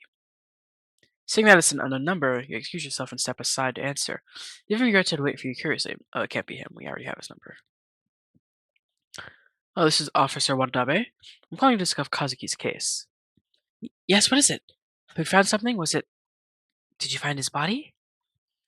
Actually, we didn't find anything. We've thoroughly investigated the matter, and the evidence all points to a tragic suicide. We believe it's time to close the case. I understand this is difficult, but continuing to push won't change the outcome. Hmm. You can't be serious. There are too many unanswered questions. I know there's more to it. Kazuki wouldn't just end his life like that. His body wasn't even found, and that note was clearly fake. Again, I sympathize with your situation, but all the evidence supports our conclusion. We will not reopen the case unless we receive concrete proof that someone else was involved. Uh, I can't accept that. Kazuki deserves better than this. I deserve closure too. Look, I understand that you're grieving, but if you continue to pursue this, you could face legal repercussions for obstructing the police. I'm advising you to let it go. Are you just going to leave it? We don't have the manpower or resources to waste on a closed case. I'm very sorry. I hope that you'll be able to find some peace soon. With that, the line goes silent. You angrily close your phone. Your reflection stares back at you helplessly from the darkened screen as if begging you to do something to fix this. Well, an overwhelming urge to scream wells up in your chest. I'm sorry about that. His voice surprises all of the rage out of you. Your agitation, you'd forgotten that he was still watching the whole debacle unfold. You turn around, mortified. Sorry about that. This is the police again. You must have guessed. They've given up on Kazuki's case. I'm really sorry that this is happening after all the work you put into this. I don't know what I can do to help, but if there's anything at all. Oh, no, it's okay. This is my burden to bear. I can share it with you if you'll let me. Even so, it's not good to fret over the past. Your mother's right about that. Ugh, not her again. I know you really look up to her, but she sounds like the person you listen to, especially with how stubborn she is about her ideals. The way she believes how anything can be overcome if you just put your mind to it. And sometimes hard work just isn't enough. I know how headstrong your mother can be. That mindset did help me and Yoko out of, well, everything. You vaguely recall how your mom was there for Ryota and Yoko back in school. She helped them to escape their abusive home, always listening and supporting them as their teacher. It's a memory that sticks with you, especially when you think about how different things were for you. Yeah, she means well and she cares about you. Uh, does she now? The words come out tense and bitter. You can't help but feel angry at your mom for pressuring you even in her absence. At Ryota, even though he doesn't know any better, and at yourself. Ryota senses the change in tension and clears his throat. Today's been a long day. Should we grab some food before I take you home? Mm. Yoko's been going on about this new pastry at the cafe. We could give it a try. You hesitate, unsure of whether to accept his offer. On one hand, you're annoyed at his blind admiration of your mom. On the other hand, you know he's not doing it on purpose. Accept Rich's invitation, reject Rich's invitation. I'm gonna reject. I'm busy. It's alright. Thank you for the invitation, but I have a few things to do before it gets late. I hope you'll feel better tomorrow then. I'll be dropping by the cafe, so you can find me there if you change your mind. You're not heading home? Richard smiles at you and shakes his head. I've got to let off some stress too. You're always welcome to join me. I'll think about it. I'll see you around, I guess. Bzz. Oh, gee. There's so much happening. Temple, bathroom, can have a good home. Do I have to visit the place? Yeah, we'll figure it out. Right then. Mm, okay, here's the sweet shop. He's here. Let me do the alley, pet the cat. Seems friendlier. Pet. Meow. Meow. Cat seems satisfied at your pants. Yes. His office. What's in here? Mm-hmm. Mm-hmm. Mm-hmm. Hmm. Okay. Mm-hmm. Real. Okay, so is food here somewhere? I'm assuming. It's on here. Oh wait, we need incense, which is here. Monks seem to be busy today. In the distance, you can see them crowded around something. A table, heavily laden with offerings and draped in rich red cloth. Ooh. Talismans arranged meticulously around the table. You quietly get a bundle of incense and take your leave. Best not to disturb them. Nice. Okay, didn't really take as much time at all. That blue.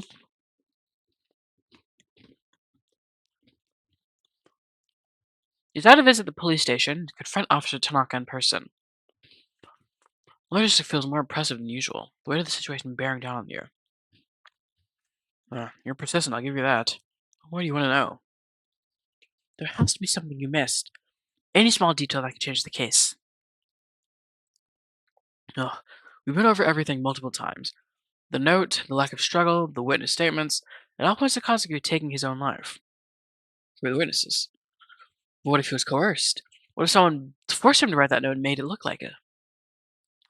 We found no evidence of foul play. If anything, if you find anything concrete, bring it to us. But until then, this case remains closed. I can't just sit back and accept that. Kazuki deserves justice. I understand your frustration, but this isn't helping. You need to let go for your own sake. Your insistence leaves you drained, your sanity dipping as you push against the wall of bureaucratic and bureaucratic indifference. Yet, your determination to uncover the truth for Kazuki straightens. You feel a deeper connection to him driving you forward, despite the toil it takes on you. Right. Can do these later. I guess we can go to this. We have plenty of time. What? Oh, that should fix that one, eh? Da, da, da. Another pet, please. Pet. Hell yeah. Oh, took a bit of time. Da, da. Sweet.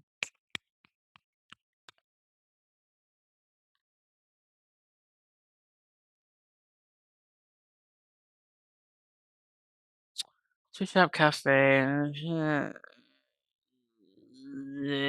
I'll meet right at the sweet shop. Why not? As you enter the sweet shop to your surprise, Granny's cheerful greeting isn't the first thing that you hear when you go in. I don't know. Still so shy, Vegito. Don't worry, I won't push you to tell me even though it's been so long. You'll be welcome here no matter what happens. Thanks. But you've got to take care of yourself, okay? You've lost weight. Working too hard again, I bet. What? No way. I'm just trying to do more, you know? Not really proven anything yet. Not to myself, at least. Young man, what are you saying? You've already proven yourself many times. I can see that you're a good person. I really can't agree. Nonsense. You're a good little boy. I've always known that. Ray looks away, clearly embarrassed at being doted on by Granny. He coughs and stumbles on his words in his typical Ren fashion. What? What? I am not. Granny, please. 24. Step forward. You step forward and Granny notices you with a cheerful smile. Oh, River! How long have you been standing there? Come on in. Ren turns around, the blush on his cheeks finally fading away as he narrows his eyes at you. Oh, it's you again. Are you stalking me or something? Just stare at him creepily. Of course not. I am. What are you gonna do about it? Yes. I'll still call the cops, even if you are a girl. Quite the Karen, aren't you, Ren? Fitting with that haircut of yours. What the Granny interrupts cheerfully, cutting Ren off before his irritation spills further. Oh, is this your infamous neighbor, Renjiro? Infamous? What? You've been talking about me? Ren rolls his eyes, crossing his arms with a huff. Yeah, you're a bit hard to ignore, especially with all the noise you make in your apartment. Ren then waves dismissively at Granny before pointing at you. That's her all right. The nuisance herself. You pout, jabbing a finger at him. Oh, please, Ren. Like you're any better. I've heard you yelling in your apartment late at night. What, did you bring a girl over or something? Ren's face flushes with embarrassment, his eyes widening in disbelief. What, a girl? No, I didn't. He bites his tongue, nearly revealing more than he should. Oh? What was that? You didn't what? Come on, spill it. Who's this mystery girl? Renjiro, I didn't realize you were inviting guests over. You know, you have to be careful with that sort of thing, dear. Ren's face goes from red to mortified. There wasn't anyone over. I was just streaming my games, okay? My teammates were terrible, so I had to uh, motivate them. Wait, you're a streamer, Ren?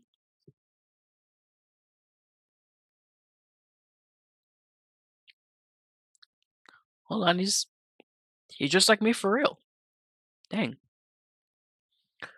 Rem stiffens, realizing he's let something slip. No, that's not the point. Anyway, Granny, you really have to be careful around here. She's always poking her nose into things. You never know what she might be up to. Excuse me? You're the one spilling all the secrets, and if anyone's suspicious, it should be you. What? Me? I'm trustworthy. I've known Granny since I was a kid. She's practically treats me like family. Hmm. Granny chuckles softly, clearly amused by the whole exchange. My, Ren. I've never heard you say anything so sweet. You've always kept to yourself so much. Ren stammers, embarrassed. I didn't mean it like that. Twisting my words again. Did you just come here to make me look bad?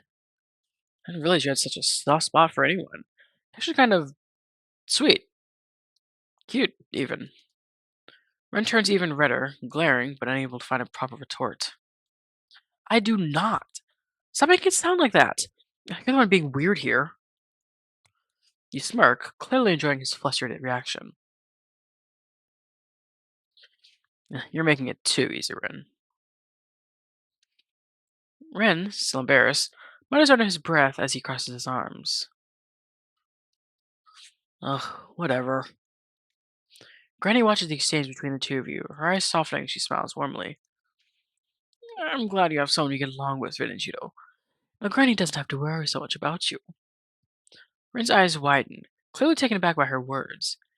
He opens his mouth to respond, but fumbles. I. Hmm. His face turns a shade redder as he struggles to find the right words. Don't worry, I'll take care of him. Look at you going around making trouble for others. We're gonna get along together in the future. We'll do the last one. Ren doesn't respond right away. Instead, he lets out a soft huff, crossing his arms as he avoids your gaze, the tension between you palpable.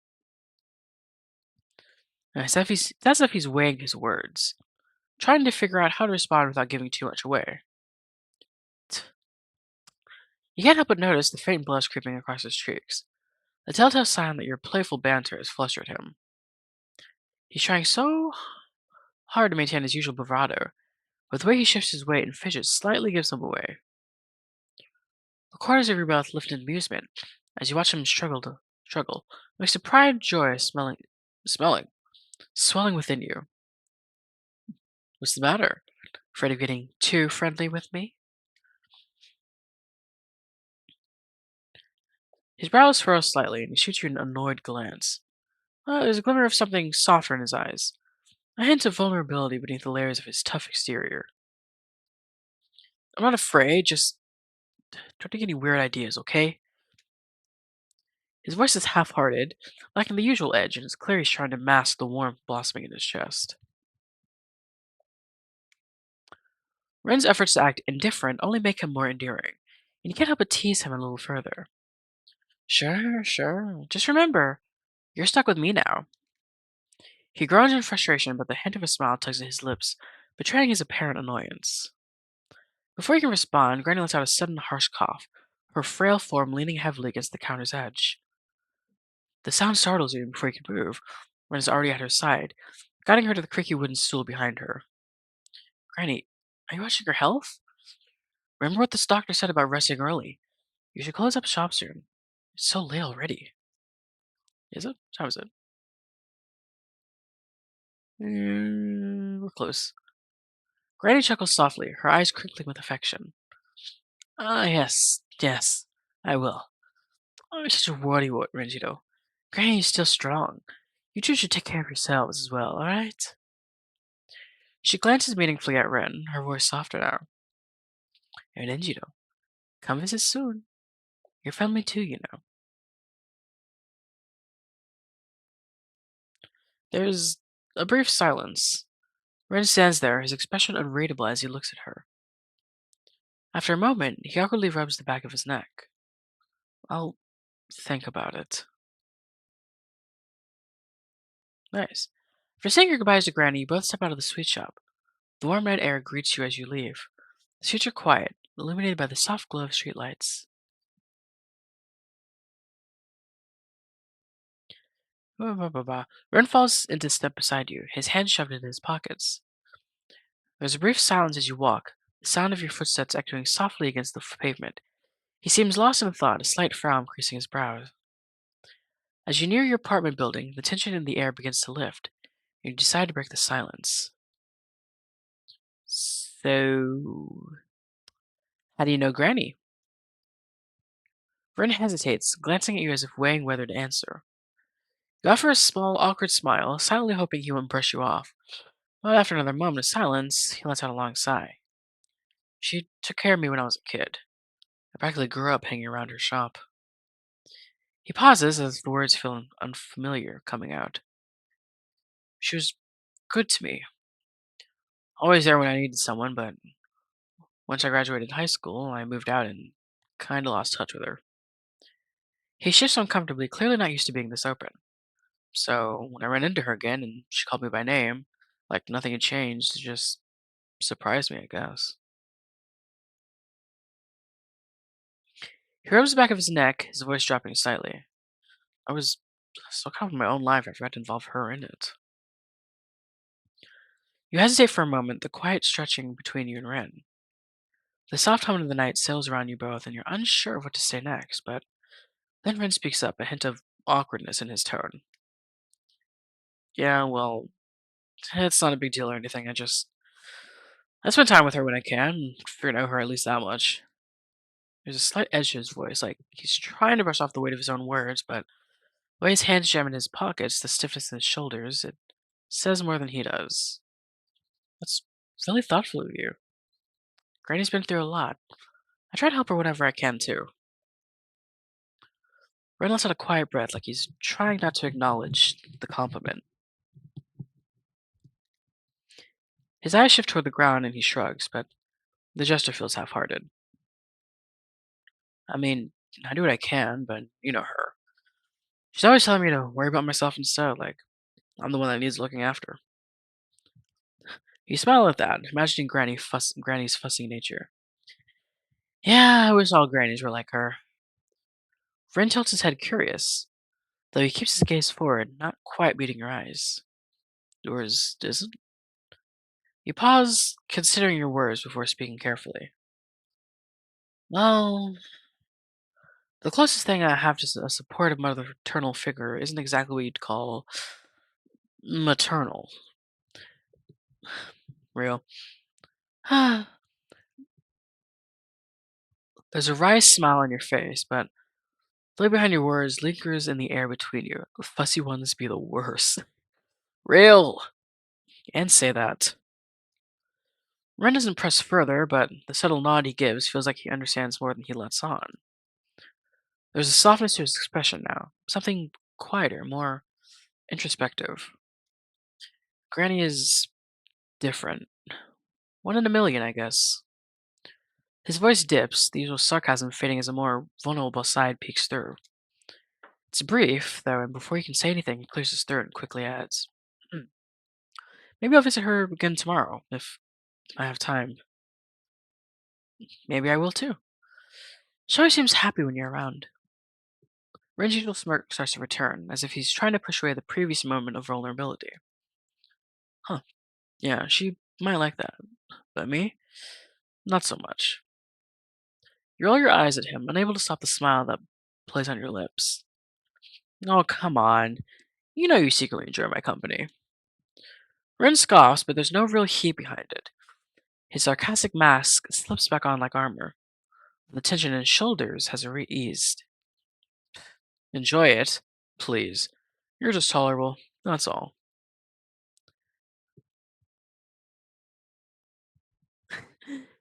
The two of you continue walking in companionable silence, the soft crunch of gravel underfoot the only sound. Yes.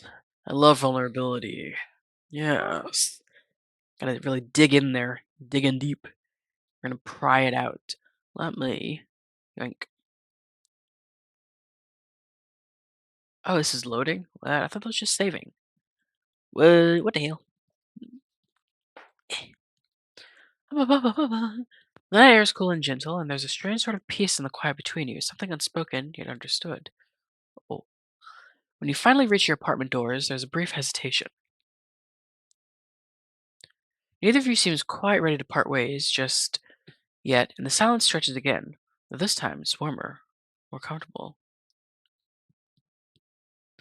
You're about to break it, to say something, anything, but Ren beats you to it.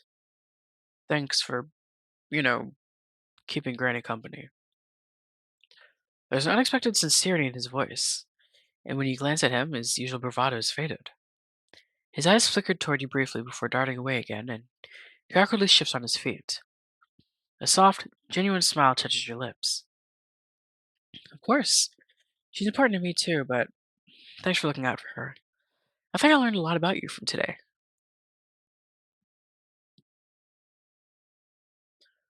Ren's eyes widen slightly, and you see a faint flush creep up his neck. His next. His next. Neck. My good gravy. Ren's eyes widen slightly, and you see a faint flush creep up his neck, spreading to his cheeks. He opens his mouth to respond, but then quickly shuts it, clearly frustrated. His gaze flicks away, and his voice comes out hurried and defensive. Well, forget all about it, okay? Jeez. Before he can respond, Ren quickly spins on his heel, making a beeline for his apartment door. He fumbles with his keys for a second, and throws the door open with a little more force than necessary. Slams shut with a loud thud, rattling the wall between your apartments. You can't help but chuckle at yourself as you stand there for a moment longer, staring at the now closed door. Ah, there he goes again. There's something endearing about the way he tries, and fails, to hide his softer side.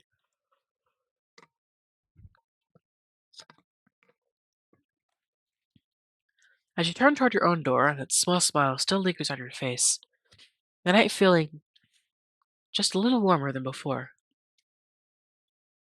Bzz, bzz. We need to go to the sweet shop. 23 on the dot. Bam. Heading home now. Well, yes. Another exhausting day of work is finally over. I hope tomorrow won't be as bad as today. Just as you're about to close the door, you feel a pressure on the other side. Oh, brother. A foot wedges between the door and the frame, stopping you from shutting it completely. Ah! Hello? Miss? Not this again. Although elected, you didn't have much of a choice but to reopen the door. Yes, how can I help you? You trail off as you count a group of four men standing outside the apartment. Um, they don't look particularly friendly, and there's something unnerving about them. Apologies for the late visit. I believe your mother has mentioned that you have been experiencing spiritual issues? You shake your head. My mother? What are you talking about?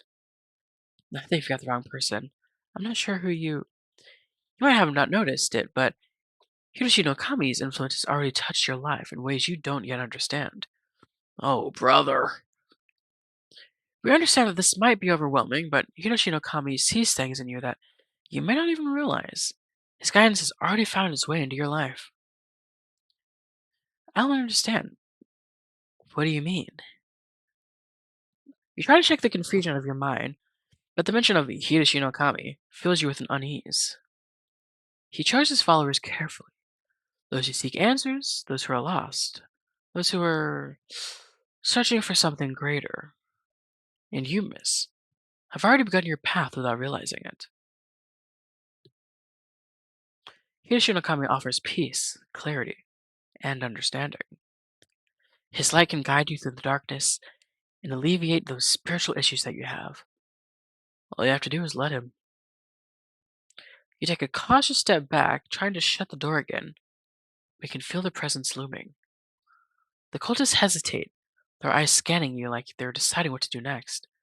The man you spoke earlier steps forward, his gaze focused and intense.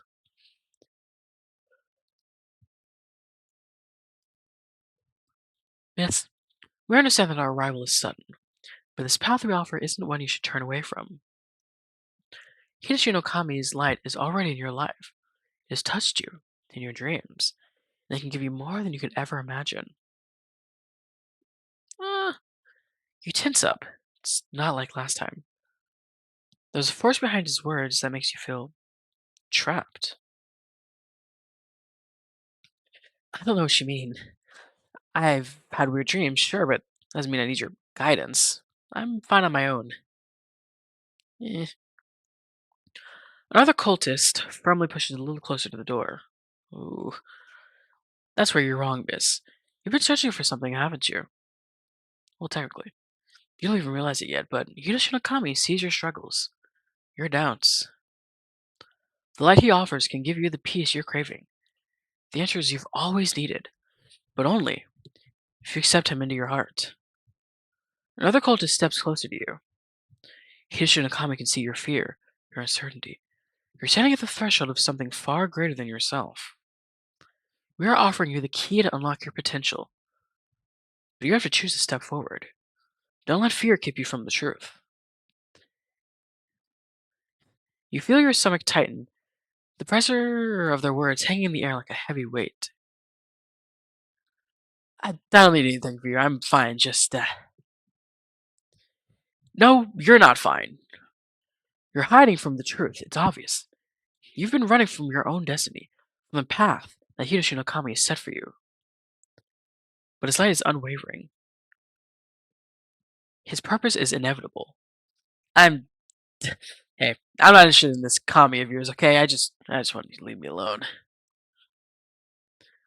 Listen to yourself. You can feel it, can't you? The restlessness inside you. Hiroshi no Kami will calm that storm. All he asks is that you open your heart. Trust in him and allow him to guide you.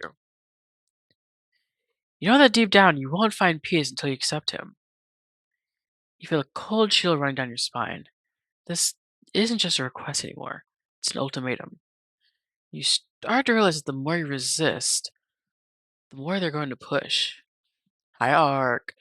Yeah, this cult's trying to get me. They're trying to get me. Also, you did get a drink. It's suspiciously pink concoction. That's still a drink. It's still served in a glass. It's just, kind of, eh, you know, it's drinkable.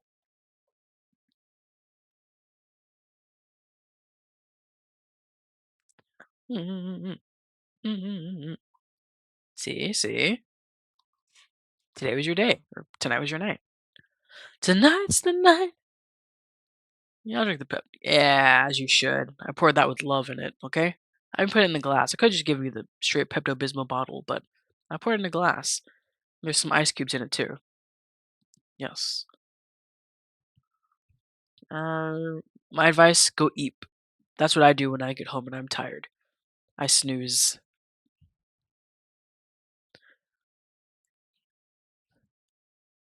Pablo Vito? Yeah. Eh,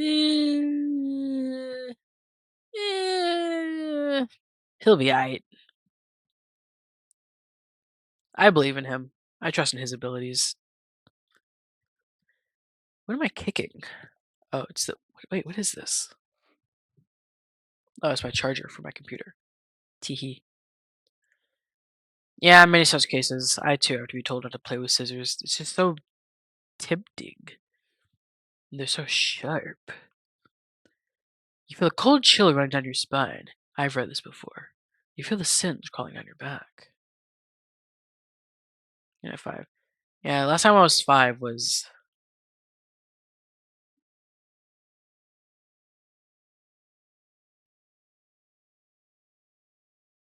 18 years ago. Do you like my extremely quick math? Miss, please. You don't know what you're turning away. Hiroshima Kami offers you everything you've ever wanted. Purpose, clarity, belonging. Can't you see?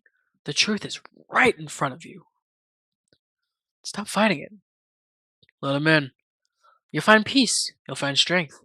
Just open your heart to him.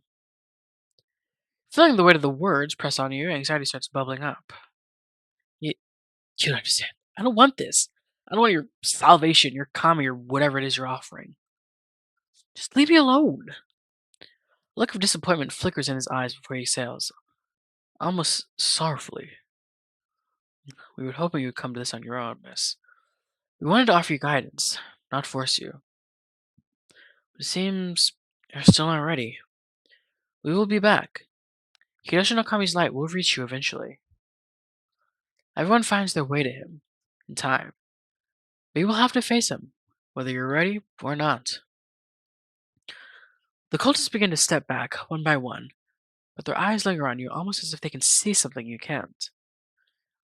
The weight of their gaze lingers long after they disappear down the hallway.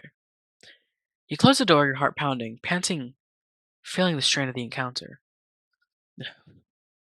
No one except their kami aren't giving up this easily. I think you coming back to push me to their side. No! Stop decreasing my sanity! Curses, curses, curses. You finally head home, tired from today's activities. The stench of today's weariness clings onto you, heavy like the evening air. However, before you can crash onto the couch as you usually do, you see her. An all too familiar presence, seated with a rigid stillness that sharpens as she looks up, disappointment carved into her expression. Why are you doing this to me? How did you get here? Do you know who called me today? The police. Again. And why? Because of you. Prying into that Kazuki boy's death again. How many times must I tell you? This curiosity will be your ruin. Mom, please, I don't need. This isn't about what you need. I'm not offering help. I'm telling you what has to be done. Everything you're missing, I've already laid out the answer for you. I'm giving you solutions. You're the one that's not willing to change. It's you that's the problem. Ryota, the actress, Mom, I'm trying. I really am, but trying. By pushing away the people I send your way? Imagine my shame, knowing you treated those with wisdom and respect like common intruders. You, you're the one who sent those weird religious people to my house? Mom, they're complete strangers. Weird. Watch your tongue, girl. They've grasped troops you'll never understand, and you turn them away. You are unwilling to change. Okay. So my mom sent the cult. Got it. Mom, I don't need them. I don't need. They can help you find peace if you let them. if you let me help you. Her gaze pierces through you, and then, calculated shift, her tone softens to a deceptive murmur that chills your skin, like the calm before a storm. You wouldn't have to bear those burdens if you just listen. All I want is what's best for you. The room feels as if it's closing in, shrinking with every word that slips from her mouth. Her voice, relentless and insistent, is sinking into you like a weight pressing from every side. It's too much. Your sanity slowly slipping, your heart slowly pounding against the pressure building in your chest. The constant urge for you to give in, to surrender, if only to quiet your voice, her voice. I can't take this. I don't know what to do. Your mind reels, clouded by anxiety as her words echo around you. The pounding in your chest grows stronger, threatening to overtake every last bit of composure. And despite your visible displeasure, Mother keeps speaking, her voice a constant assault against your thoughts. You almost break down as your mother's words ring in the background. There you go again. Are you going to say something or just sit there? She waits, her gaze piercing, expecting you to respond. What are you trying to pull? Don't just stare blankly at me. Ugh. Her face hardens, her gaze latching onto you, expectant, demanding more. Your grip falters, nearly slipping entirely when suddenly a voice soft and unfamiliar echoes in your mind, cutting through the clamor. You don't have to do this alone. Your eyes gaze over to the phone in your hand. You don't have to deal with her rambles alone. Yes, you can always get help. I'll have to call someone. But is nowhere nearby, and who knows where he is right now?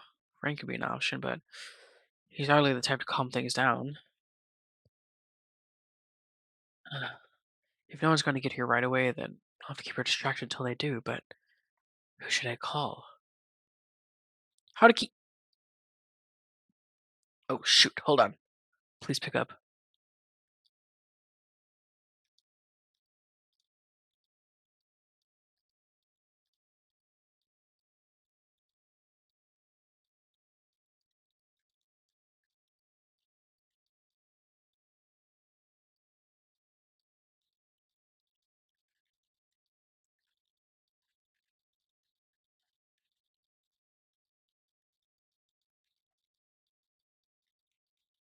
Shit.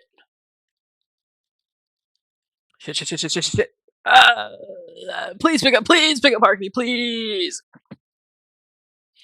After 7 more rounds of her scathing words, you feel your resolve wavering. Please! The suffocating silence following each of her accusations presses down on you, urging you to respond, to appease her anything to relieve the tension mounting in the room. Your thumbs your thumb hovers over your contacts, finally landing on that familiar name. Haruki. Should you really call him? You're not sure what he could do, but if your mother believes in him enough to hire him, it's worth a shot. You quickly tap on a message and hit send, your heart racing as you wait for a response. Haruki. I really need you to come over. It's my mother. I can't seem to get through to her. Maybe you could help? Just as you're about to set your phone down, Mother's sharp voice slices through the air. I'm speaking to you, and you're using your phone in front of me? How dare you? You hesitate, caught between frustration and a desire to keep the peace, but bitterness slips out before you can think better of it. I'm texting the exorcist you hired. Perhaps you can do something about all the religious nonsense you're always spouting. Her expression shifts, disbelief, morphing into indignation as her eyebrows arch. You're bringing him up now? This isn't about him. This is about you and your unwillingness to accept the solutions I have provided. You take a deep breath, the rising tide of anger in her voice only fueling your resolve.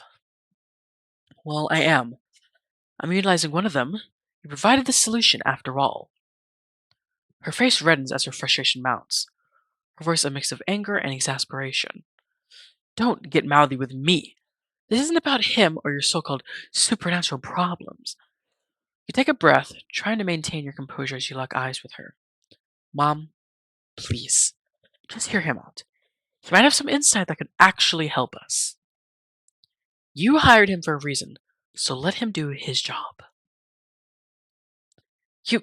Fine. You want to drag an outsider into this? So be it.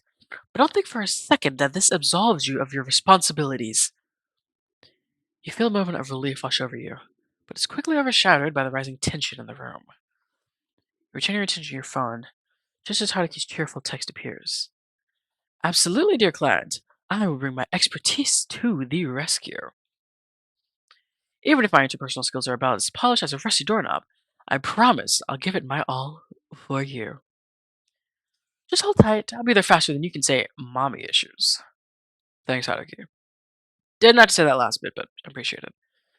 His jovial tone makes you smile despite the tension, and for a moment, you feel a flicker of hope as you picture him bounding through the door with that trademark exuberance. The air thickens with tension as your mother processes your reply, and you can feel a spark of defiance brewing within you. Now, you just need to keep calm until he arrives. Maybe one more song. We're fucked. Okay, let's do this thing.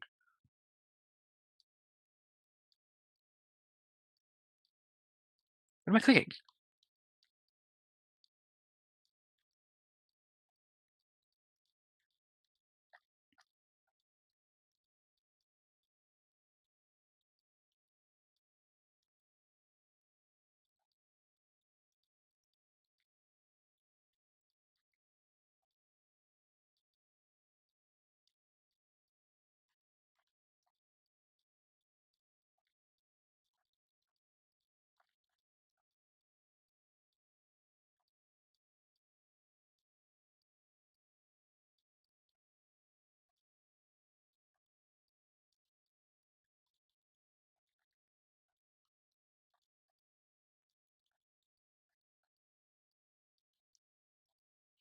Okay, hey. Easy. Exactly just that easy. Whew, 89% of total notes. I'll take it. Nice. Penny increased. Hell yeah. You managed to calm yourself down, your heartbeat finally steadying. Your mom's words still rattle you, but you remain calm.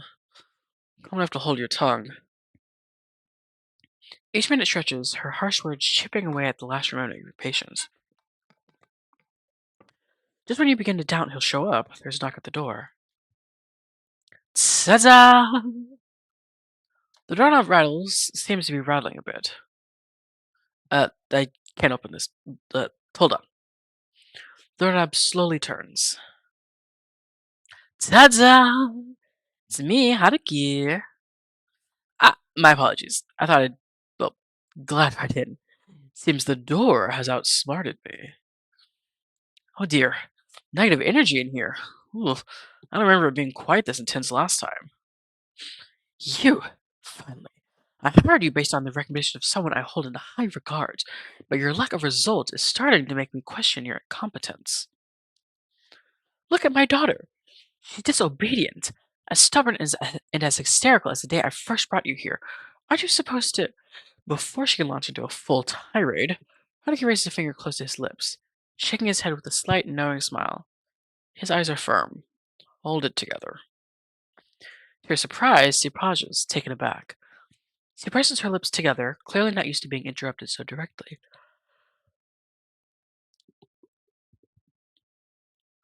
With respect, ma'am, your daughter isn't the problem here. Even if she were, my qualifications don't exactly include a psychology degree. But I do happen to be well versed in all things spiritual, which is exactly why you hired me. He straightens, his voice calm yet commanding. As I see it, there's a flow of negative energy re-entering this space. I applied a spiritual bandage of sorts, but, you know, even the best bandage is only as strong as the adhesive it's given. Just get to the point already. What I mean is this. Negative energy has a way of seeping back in. I can perform as many rituals as you like, but without support from the host, what I do won't have a lasting impact. Are you saying I'm not supporting my own daughter enough? That this is my doing? Well, if the shoe fits. Oh, slot time. Bam. Alright, yeah, after the kitty dude. Eh, bonk. Bonk. Woo hoo. I think what he's trying to say is that, just a little bit of support or understanding, things can be a lot better. You manage to center yourself, holding on to the calm Haruki's presence brings. Your mother's words still sting, but you let them wash over you, keeping your expression steady. She huffs, watching you closely, clearly waiting for a reaction. Well, at least you seem capable of keeping your composure when someone else is around. Haruki picks up on the shift, flashing you an encouraging smile. Exactly! Calm in the face of adversity, nothing shows inner strength better than that. For a moment, your mother's taken a bath. Aback. My mother is taking a bath. Your mother is taken aback, her brow knitting as she searches for something else to criticize. Just a bit more support. I think my work can do its magic. We can all put this little episode behind us. He gives her a confident grin, and for a split second you catch her falter. And what exactly do you suggest? Uh, go home. I advise you let us handle it, offering as much support as you can from afar, of course. What? So you're saying I can't be involved at all? Not at all. I'm only suggesting that your involvement be non-physical, or perhaps non-emotional. You're welcome to stay informed, but I'd advise against inputting too much. It could interfere with the process. Your mother's expression hardens as she looks at him with sheer disbelief, ready to object. But Haruki's gaze sharpens, his voice dropping low and steady, so quietly that you almost miss it. The elders have vouched for me. Let me do my job. Fine. But don't think I'll just sit back in silence. This is my daughter, and I'll speak up if I need to. The serious glint in Haruki's eyes fades as he beams his usual grin. Absolutely. Your input is very, very important. You can see her bristle, her lips twitching as if ready to argue, but she holds back. With one last glare, she snatches her purse and mutters bitterly, You, you'll regret this. She leaves, Haruki turns to you, tilting his head with an amused glint in his eyes. Well, I'd consider this a case closed? You sigh, shaking your head. She won't let this go easily, you know. She'll definitely come back. Yeah, I think I gave her enough to consider. She'll probably hold back at least a little. At least a little. About that. What's all that talk about of elders? Don't tell me you're part of some kind of religious sect too. He flashes you a playful, almost innocent look as he turns slightly away. Well, every mysterious and charming entity such as myself needs a secret backstory. You pause, feeling a flicker of curiosity along with a touch of wariness. There's so much about Haruki that remains a mystery. So many pieces you aren't sure you're ready to uncover. But before he can even form the words, he turns, sensing your unspoken question. Nah, I know it must be hard just because there's so much I can't explain. Someday, I'll tell you everything. But for now, I just hope I've done enough for you to trust me just a little. Please. His voice softens and something unreadable flickers in his gaze, a depth he rarely lets slip. Just as you open your mouth to respond, he turns away, his shoulders drawing in slightly as if shielding himself from whatever you might say. You recognize the gesture all too well.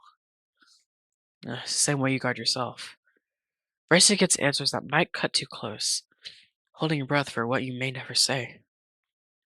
And in that shared, unspoken moment, you wonder if he knows how much of himself he's revealed without a single word. And remember, you don't have to do this alone. I may not be the best at dealing with anything outside of spiritual duties, but for you, I try anything to make things easier. You saying that someone my mother hired, or someone who cares? He gives you a sad, knowing smile, followed by his usual cheeky wink. But there's a warmth behind it that feels different this time. Hopefully, today's proof is enough. You'll never have to face this alone, not if I can help it. As he finishes, a soft chime for one of his trinkets echoes in the air. A gentle, lingering sound that cuts through the tension and leaves a calm in its wake. In that moment, something shifts. A quiet realization settling within you. Haruki is strange. Loud and showy, no doubt about that. But he's also kind. In his kindness, you sense a hidden fear. A vulnerability he tries so hard to mask.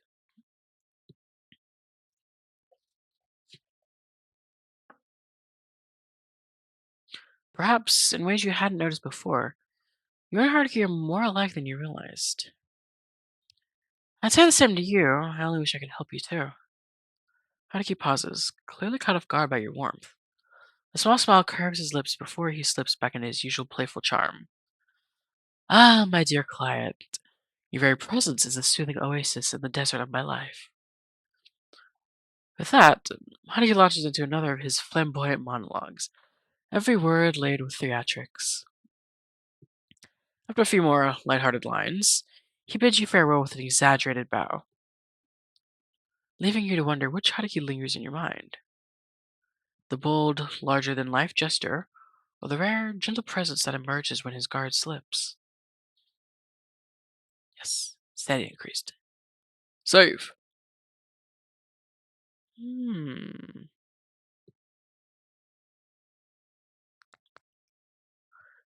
Yes, what is my affection with Haruki? Let's have a gander. Ooh, we're at 80. We're almost at hundo. Yes, yes, yes, yes.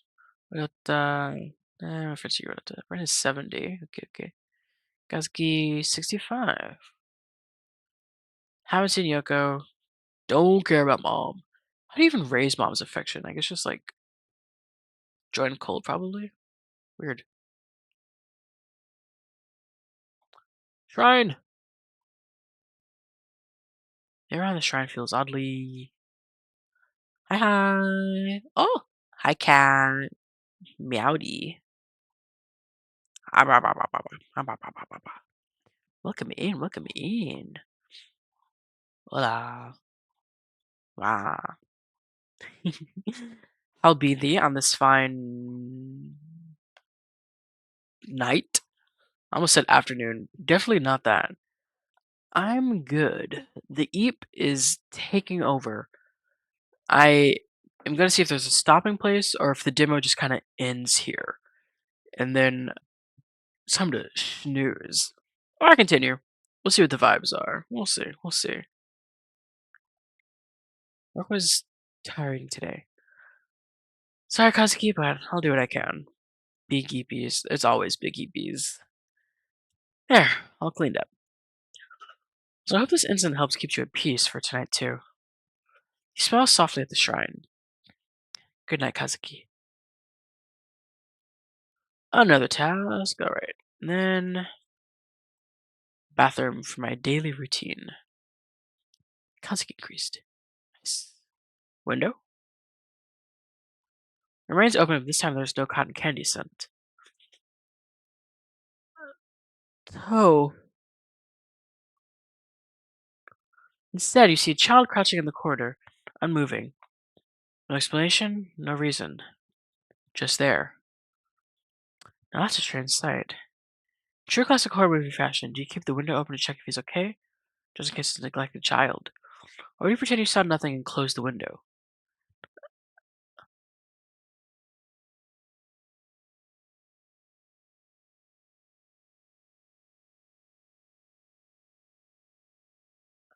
Did I close it? Oh, thank God.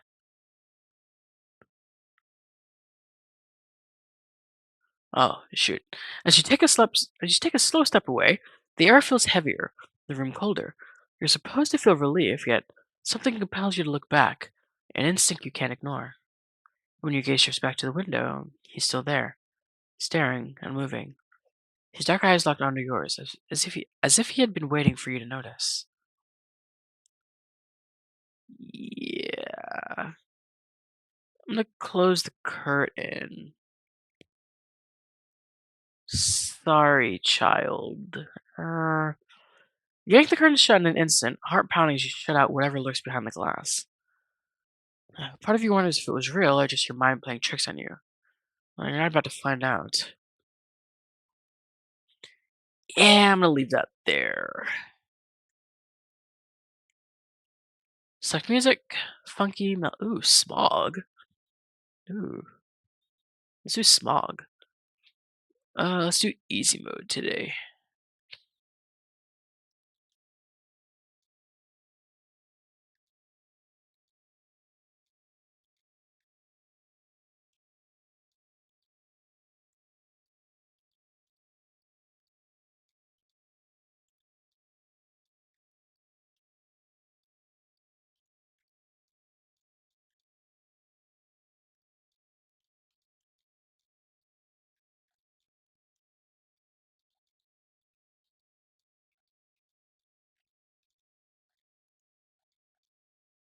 59.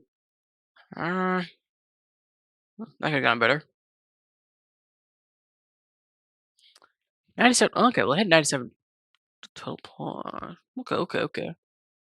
I'll take it. I'll take a good sanity. I'll take it. I'll take it. All right. Did everything but visit Ryoma. Good enough for me. Time to snooze. You finally enter your bedroom and switch off the lights, but they flicker and sputter before finally surrendering to darkness. Oh. Huh. Something beneath the covers, you hear the quiet hum of the pipes, the low rush of cars on the street, and the usual footsteps of neighbors from above. It's like a horse. But tonight, the footsteps multiply. Okay, well, a growing thump that becomes heavier, faster. You start to wonder if it's something else. Ah, this is scary. With a glance, you place your phone nearby, fingers itching for a quick call if needed, but eventually sleep overtakes you. Jesus. I hate it here. In the depths of that night, you dream of Kazuki. I'm sure I do. I lit your incense. Why are you haunting me? In a dim, hazy scene, he talks about his fascination with collecting insects, each word faint as a breath. The images, though, grow clearer beetles, cockroaches, or just something different. Something sinister. Its body sticking around the room like a creature, just beyond your reach. You search, almost desperately, trying to find its name, but it slips away, elusive, lost in the fog of your dream.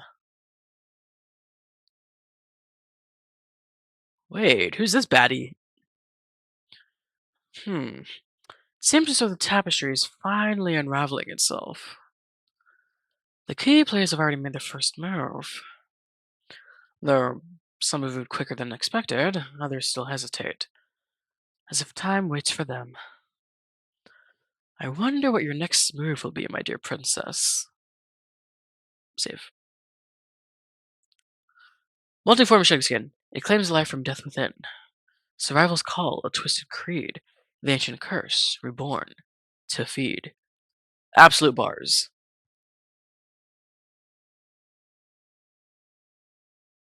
Day 4. Ka-chow. You wake up to the familiar buzz of your phone. Bzz, bzz. A few messages from your mom light up the screen. The first one featuring a painfully outdated gif of balloons and glued text. Happy birthday? Nope. Oh, hey, yeah. Happy birthday, River. I'll be dropping off a cake later. Make sure you finish it by tonight or it'll go stale. The entire cake? Have a good day. Okay. Ah, yes. A classic from your mother. Equal parts affection and command. It almost slipped your mind. It's your birthday today. You're turning 24. Number seems to glitch in your mind like a whoops. Like a censored secret the universe refuses to acknowledge. Or maybe you're just repressing it. Maybe this year your birthday wish will actually come true. Maybe your mom will finally listen to you, hear you out, let you breathe without the constant pressure of her expectations. Maybe today will actually be a good birthday. Just kidding. You already know how it's going to end.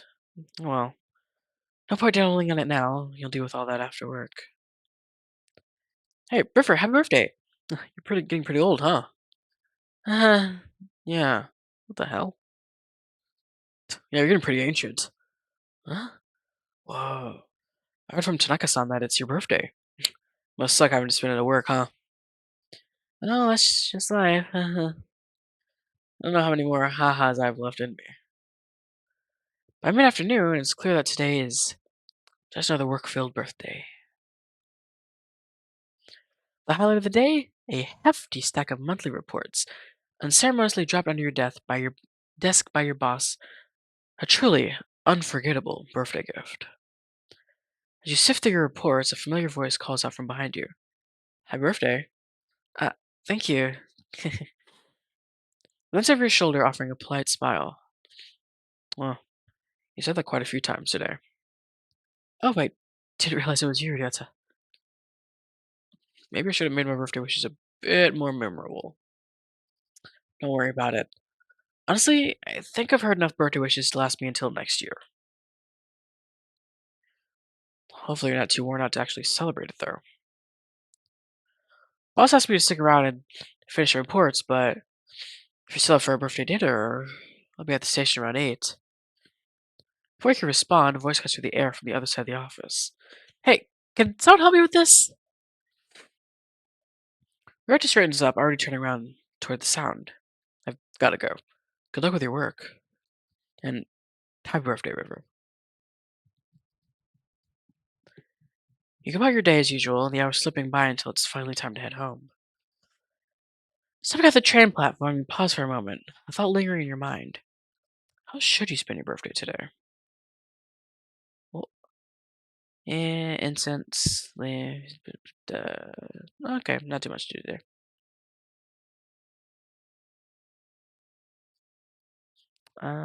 T- t- t- ch- down. Nope, I passed it. Here it is, Temple. I guess I just went around. You head to the temple, and as you look around, you notice a monk tending the shrine office. Excuse me, have you seen Hideki around? If he's not at his office, he's probably wandering around town trying to drum up business. Or maybe the alley fooling around with that damn cat. Oh, I need to see the cat today as well. Yeah, you shouldn't meddle with him too much. Why? Other than the obvious reasons. Because when she latches onto you, he doesn't let go. His persistence is relentless. The monk hesitates, his gaze darting around to ensure no one else is listening. When he speaks again, his voice is barely above a whisper. Look, miss. I know you and he share a bond of some kind. You seem like a kind soul, but there's a shadow that follows him. I've seen what happens to those who stray too close. Nothing good ever comes of it. I trust him. I trust him. Oh, well, there we go. Tr- the trust. That's not given lightly. You must have done something remarkable to earn yours. Now, I can't help but question both what he did and your judgment. I think he's a good person. I can tell. Good people often mean well, I'll admit that, but even the best intentions can lead to disastrous outcomes. You can't ignore the possibility. Regardless of what you think, I still trust him.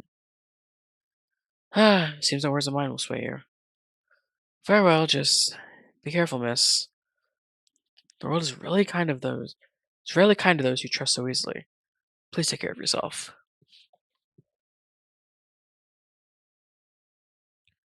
Alright, I better go get Kazuki's incense while I'm here. Yes. What is that, 90? Hadaki, Hadaki, Hadaki, Hadaki. 82. We're getting there, we're getting there, we're getting there. Ugh, let me just go around him. We can go up this way. And over this way. And then this way. Kitty. You notice Hadaki in the alleyway, crouched near a stray cat, with a small dish of food in hand. Yes. My dear client, have you come to visit me, or does Mr. Tubbs over here have another visitor? You glance down to see a stray cat nestled comfortably between Hadaki's shoes. Huggy crouched beside him, carefully placing a small dish of food within the cat's reach. Are you acquainted with this guy? Seems like he's got a lot of fans. Gabby glances at you briefly and then turns away with a flick of his tail, letting out a soft hiss of annoyance as you approach. Ah, ignore him. He's a meanie, but deep down, I think he secretly likes people. Maybe. Huggy shrugs with a grin, scratching behind Miyabi's ears, unfazed by the cat's attitude.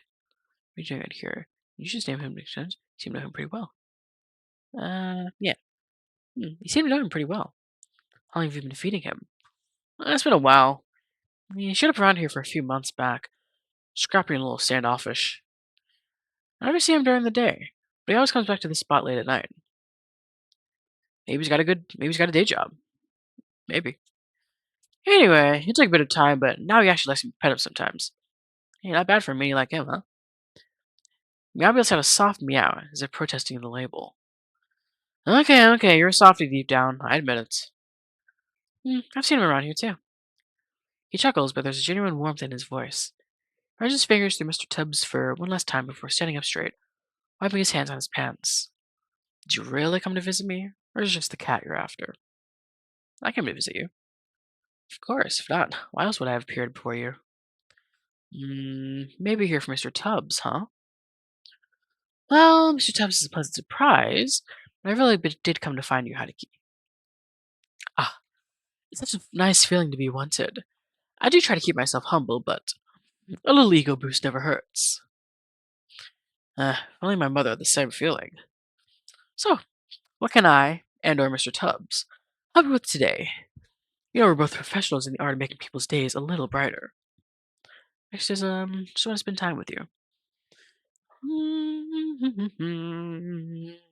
I think we just spend time. Honestly, I just want to spend some time with you. Yes. Spend time with me, you shall. You have my undivided attention. Boop. You and Mr. Tubbs. You chuckle as you lean down to pet the now sleeping cat. Looks like he's had his fill and decided a nap was in order. Let's live the life of the cat. No bills, no responsibilities, just endless naps, and meals graciously provided by strangers. What a dream. So let's say tomorrow you wake up as a cat. What would you do first? Well, first I'd double check that all my bills were paid and my appliances were off, because even as a cat, I'm a responsible one. Then I'd come find you, so you could take care of me for the rest of my perfect little life. After all, who else would spoil me as much as you? Oh, so now I'm on the hook for cat Haruki. Sounds like a lot of work. What if I decide to make you earn your keep? Earn my keep? Cruel and unusual punishment? What kind of caretaker makes their beloved cat work? But seriously, I'm glad you wanted to spend time with me. I know it's probably not the most professional thing to say, but I'd like to think of us as friends. I mean, I know I'm just a quirky exorcist and all, but it's nice having someone like you around. Where did Mr. Tubbs go? He got a look in his eye and then went this way. Anaki, you're definitely a friend. A strange one, but a friend nonetheless. I'll take it. And well, thank you for being so kind to me. You didn't have to, but you are. And I really appreciate that. Anaki rummages through his bag, his expression unusually sheepish. Another one! Finally, he pulls out a small Mortimon keychain and holds it out to you. Here, I meant to give this to you earlier, but I guess I didn't have the guts. It's nothing fancy, just something I thought you'd like. You take the keychain, eyes lighting up as you turn it over in your hands. Oh, how did you know? I really like this little guy. Actually, bunk, bunk, bunk. Now we have two. Swag. Yes. Unavailable. Hold on a second. Who's unavailable? Cause. Oh, well, yes. Got it. Never mind. I locked in. I've seen him hanging on your phone. Thought you might want to back up, in case anything happens to the original. Although I probably shouldn't tell you about the 8-year-old I had to outmaneuver to get it. You didn't! I had to. Amazing what the power of being young and blissfully shameless can do for a kid. Like, they don't have that lifetime of second guessing yet. No crippling fear of being judged, just pure, unfiltered keychain ambition. So what you're saying is you outplayed a literal child. Absolutely. And I have zero regrets. My persistence paid off, didn't it? Well, thank you for your bravery, Hardiki. It's perfect. Just doing my part for the greater good. But don't let that kid see you with it, or they might come for revenge. Right. I really don't want to get beat up, especially by a kid. But thank you, Hardiki, for thinking about me. Alright, now don't get all mushy on me. Mr. Tubbs might get jealous. Plus, this also doubles as a birthday present. Don't think I forgot. Happy birthday, River. You hadn't expected anyone to remember your birthday, much less someone as carefree as Hardiki. Fuck, what's his name?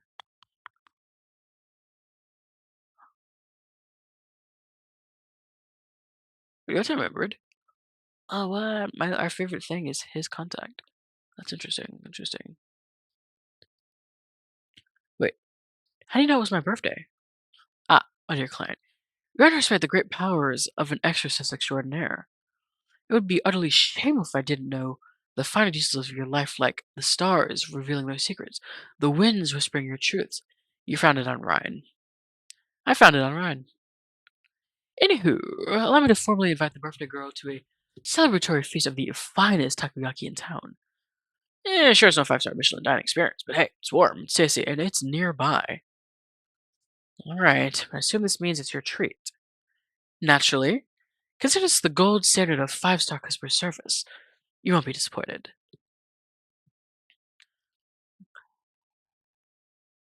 Okay, it's not too bad.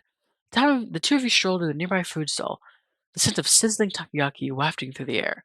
I love takoyaki. As you sit together, Haruki's light-hearted banter fills the conversation. His jokes and animated storytelling drawing out laughter you hadn't realized you needed. The warmth of the food and his company melts away, the weight of your worries, if only for a while. When it's time to leave, Haruki flashes you a grin, his expression softer this time. Thanks for letting me steal a bit of your birthday. Hope it's one to remember. Come on, Haruki. I feel like we celebrated our birthday. Oh well. Yes. It's really late. I better go home before Mom gives me a mouthful. Another pet for you. Time seems friendlier. Pet. Meow meow. Satisfied at your pets. Yes. Yeah. I had a pet Miyagi. Miyabi. Call me so. Home sweet home. Home sweet home. You step into your home greeted by an eerie silence. On the dining table sits a small cake, meticulously decorated with pastel icing. Okay, it's just a slice. I thought she would give us an entire cake and be like, well, go ahead and eat it. A note rests beside it in your mother's familiar handwriting. Eat this. All of it. It's good for you. Yeah, I'm not eating that. A strange unease prickles at the back of your mind, but you sit down anyway, carving a cautious slice and taking a bite. At first, it's sweet, soft sponge with a hint of vanilla, but then something foreign grates against your tongue. You pause, your stomach tightening as you pull the bite from your mouth, revealing long strands of hair tangled in the frosting.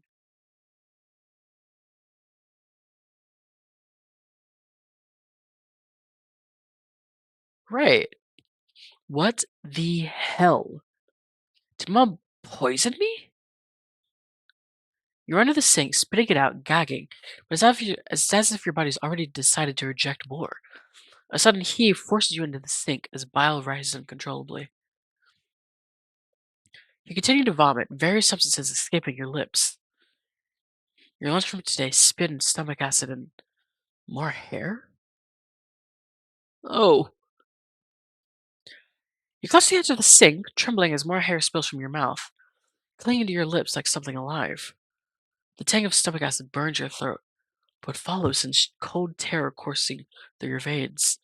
Chunks of meat, raw and glistening, hit the sink with wet, sickening splats. You try to catch your breath, but never another wave overtakes you. Your body convulses, bringing up more and more hair, bits of undigested food, and then teeth. Jagged, yellow teeth, rattling against the porcelain basin. Maybe you're hallucinating again, you think. Maybe this isn't real. But the sensation, the heaving, the burning bile, the slick muck sliding from your mouth, it's too vivid, too visceral. The grotesque parade of horror continue, spilling from you like some cursed fountain. Each retch leaves you weaker, yet the torrent doesn't abate. As your trembling hands clutch the edge of the sink, you dare glance at the carnage below, and then you see it. Amid the hair, bile, and unidentified chunks, something small and malformed shifts. It's pink and slimy. It's like a ball of meat, alive. It expands and deflates ever so slightly, almost like it's breathing. You notice some of the chunks were teeth, what seems like an eye staring back at you. This is real. You can't seem to form the words to even begin to describe the horror that you produced from the depths of your throat. What? Grabbing the faucet, you turn it on full blast, desperate to erase the nightmare. Whatever gushes down, carrying clumps of gunk with it, but the sink quickly clogs.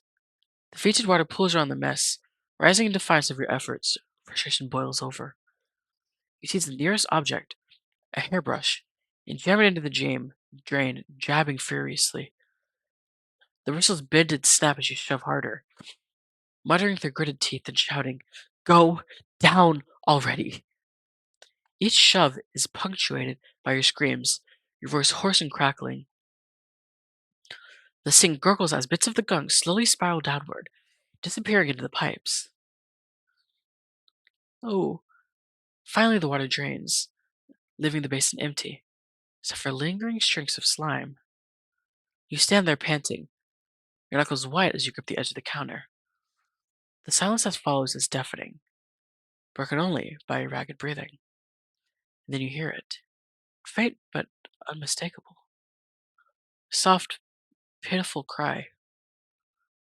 Oh. You stumble back from the sink, your legs shaking uncontrollably, and you collapse onto the floor. Hot tears stream down your face as you grasp for breath. The sound of your own ragged sobs filling the suffocating silence of this kitchen. I didn't mean for this to happen. Please forgive me. I'm sorry. I'm sorry. I'm sorry. You clasp your hands together, so tight until the knuckles turn white as you pray fervently to anyone or anything that you will listen to your cries. Please, please forgive me, Kazuki. I'm trying. I swear. I'm trying. I'll find out who did this to you. I'll make them pay. Just please don't hate me. You moved on, Kazuki. I'm sorry. I'm so sorry. Please, I'm doing my best. I'll avenge you. I swear. How could you? You moved on? Already? No, I didn't. You're a liar. You've already forgotten me, cheated on me, like none of it mattered. No, that's not true. We weren't even really married. You know that. It wasn't real. Not real. Then when were we? Nothing? A lie? Is that what I was to you? Cheater! No, I'm not. Not what? You feel a gentle tug on your sleeve. As you turn, the familiar glint of light bouncing off crimson good tinted glasses catches your eye. Such a powerful spiritual presence radiating from this area is something I simply couldn't ignore. I was here as quick as I could, but it seems things escalated. Are you alright, my dear client? You're not okay.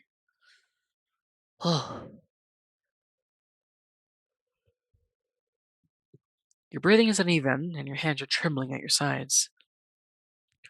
You're the furthest thing from okay right now.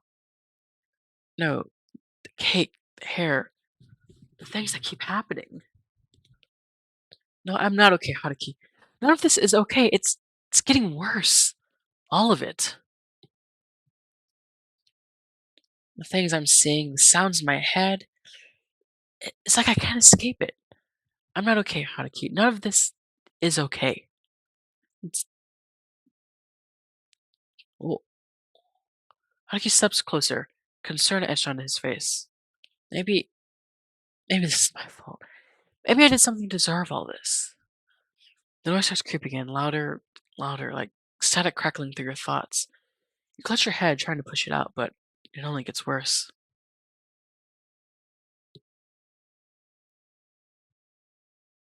I can't, I can't take this anymore. Before the panic overtakes you completely, Haruki grabs you firmly by the shoulders. His voice cuts through the storm in your mind, steady and grounding. Hey, look at me. It's okay. It's not your fault, alright? None of this has ever been your fault. You're trying. You're doing everything you can. For a moment, his words give you pause, but then the frustration boils over, sharp and hot. Everyone keeps saying that. That it's not my fault, and I'm doing my best. But bad things keep happening, Haruki, over and over again. What's the point? What's the point of trying when nothing ever gets better? You asked me before when my arms are loaded with a spiritual talisman. Well, each one of them wards off a spirit from a boss exorcism.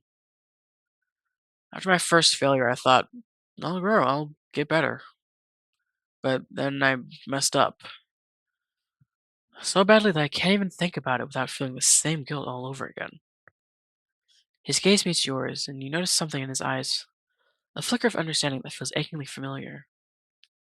Worst part, the bad things didn't stop after that. They kept coming. They kept coming. There are days I feel useless, like nothing I do will ever make up for what I couldn't fix back then. But if even one small thing can help now, if it can make someone's day just a little brighter, ease their pain even for a moment, then it's worth it. And I hope you can feel the same way someday because no matter how dark it gets, the fact that you're still here, still fighting, it matters. His words hang in the air, heavy but grounding. For the first time in a while, the noise in your head begins to quiet. His gaze flickers over you, taking in the chaos around you with a sharp intensity. After a brief pause, he reaches out. Take your hand gently in his. Turning it over, he holds it before him, his eyes narrowing as he studies your palm with quiet focus. Ah, I'm late again. I'm sorry. I tried. I tried to hold it back. I might need more time, but I wanted to keep you out of this. I want to given how close we are and trust you placed in me. I can't keep this from you anymore. I think you know deep down, whatever's haunting you isn't Kazuki. No, this is all my fault. Kazuki, he's angry that I'm not doing anything about his death, just living my life while he's dead. It's not fair. It's. Do you really believe that? Do you think Kazuki would have carried that much hatred in his heart to hurt you like this? His words force you to confront the truth you've buried beneath layers of grief and guilt. Slowly, fragments of memory resurface. You finally stop shaking. You're so wrapped up in everything, all the bad memories that surrounded his death, and the memory that he had become that you had forgotten the person he was. Kind, caring, sweet, a friend. And you missed him dearly. He was kind. He was ambitious. Before his death, he worked a lot, late into the night even. He always said he was so close to his next big hit. I just wished he would have told me before he. Some people aren't even very good at asking for help. I should know. I'm sorry. I thought the less you knew, the better. I didn't want to make things harder for you. No, I probably wouldn't have listened anyways. Anaki, thank you. He releases your hands at last, a small smile tugging at the corners of his mouth. Of course, anything for you, my dear client.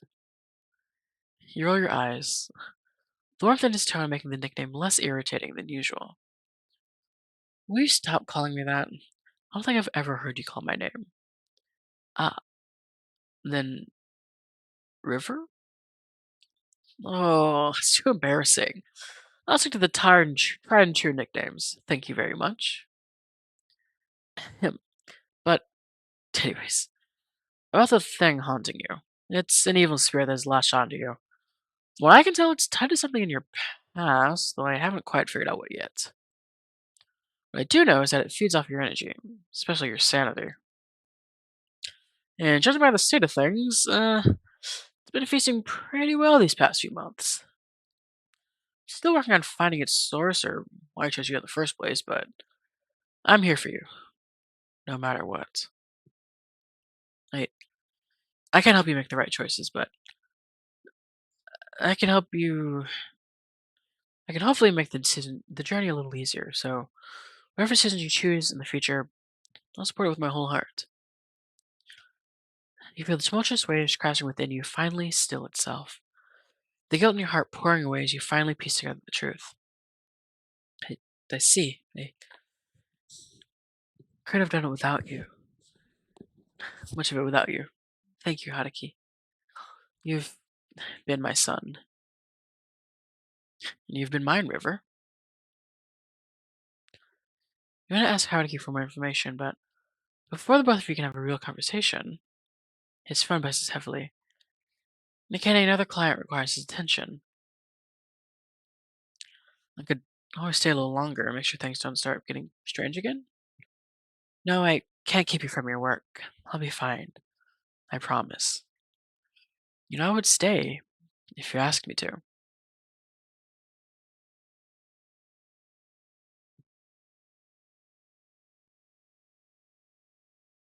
Hell yeah. And I would, even if you didn't.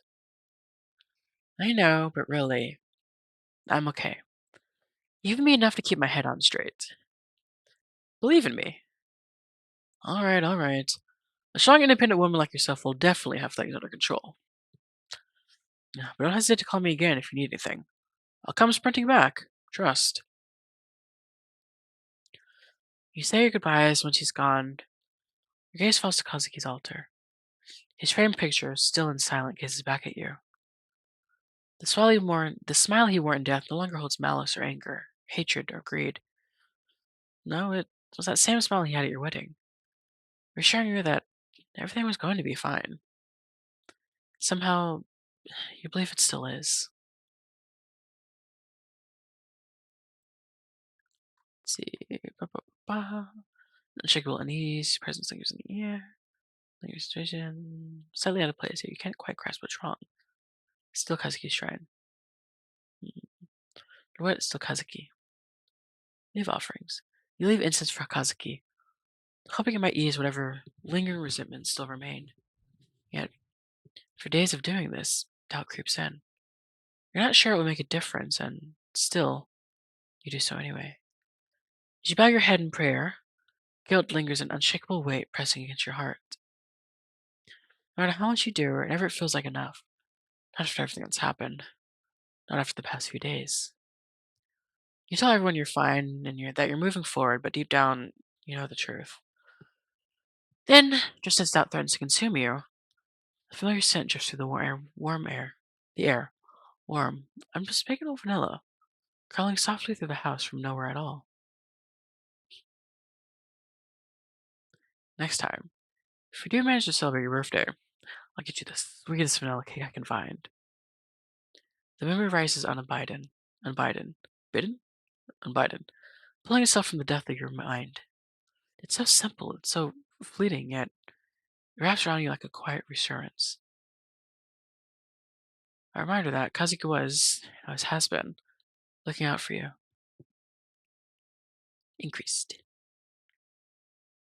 It's routine. Celebrate birthday, nice. Alright, bathroom time. It's closed. Uh,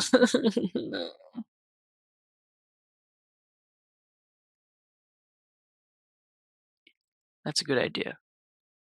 Yeah, I'm gonna leave that bad boy closed. Don't mind me. You've been so strong, holding everything together so well. But you don't have to keep struggling like this. Wouldn't it be easier to let go? Just a little? You don't need to rely on something so fleeting. A proper rest, just one peaceful night, might be all you need. Do you still want to play the rhythm game? Um, do I still want to play the rhythm game?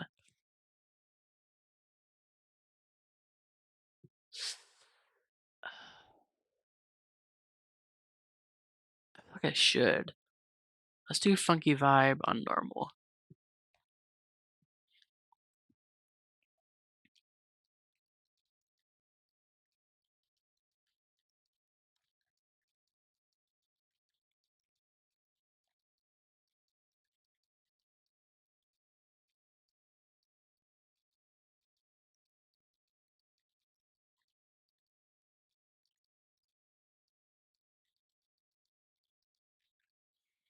Why am I fucking up on the up arrow so badly? Oh, that could have gone better. Sanity? Okay, we'll take it. I'll take the increase. Ooh, that was rough, but we'll take it. All right, now I will snooze. Notifications from mom. I'm busy with important matters. I won't be able to be there for you for a while. Take care of yourself. You stare at the screen, a sigh escaping your lips as relief floods in. Th- Good for me, I guess. Be able to get some peace out of breathing down my neck. But something feels off. The phrasing is strange, almost like she's choosing her words carefully. There's no condensation, there's no condescension, whoa, or nagging, just silence after the message. Maybe I should. You stare at the message thread, your thumb hovering over the keyboard.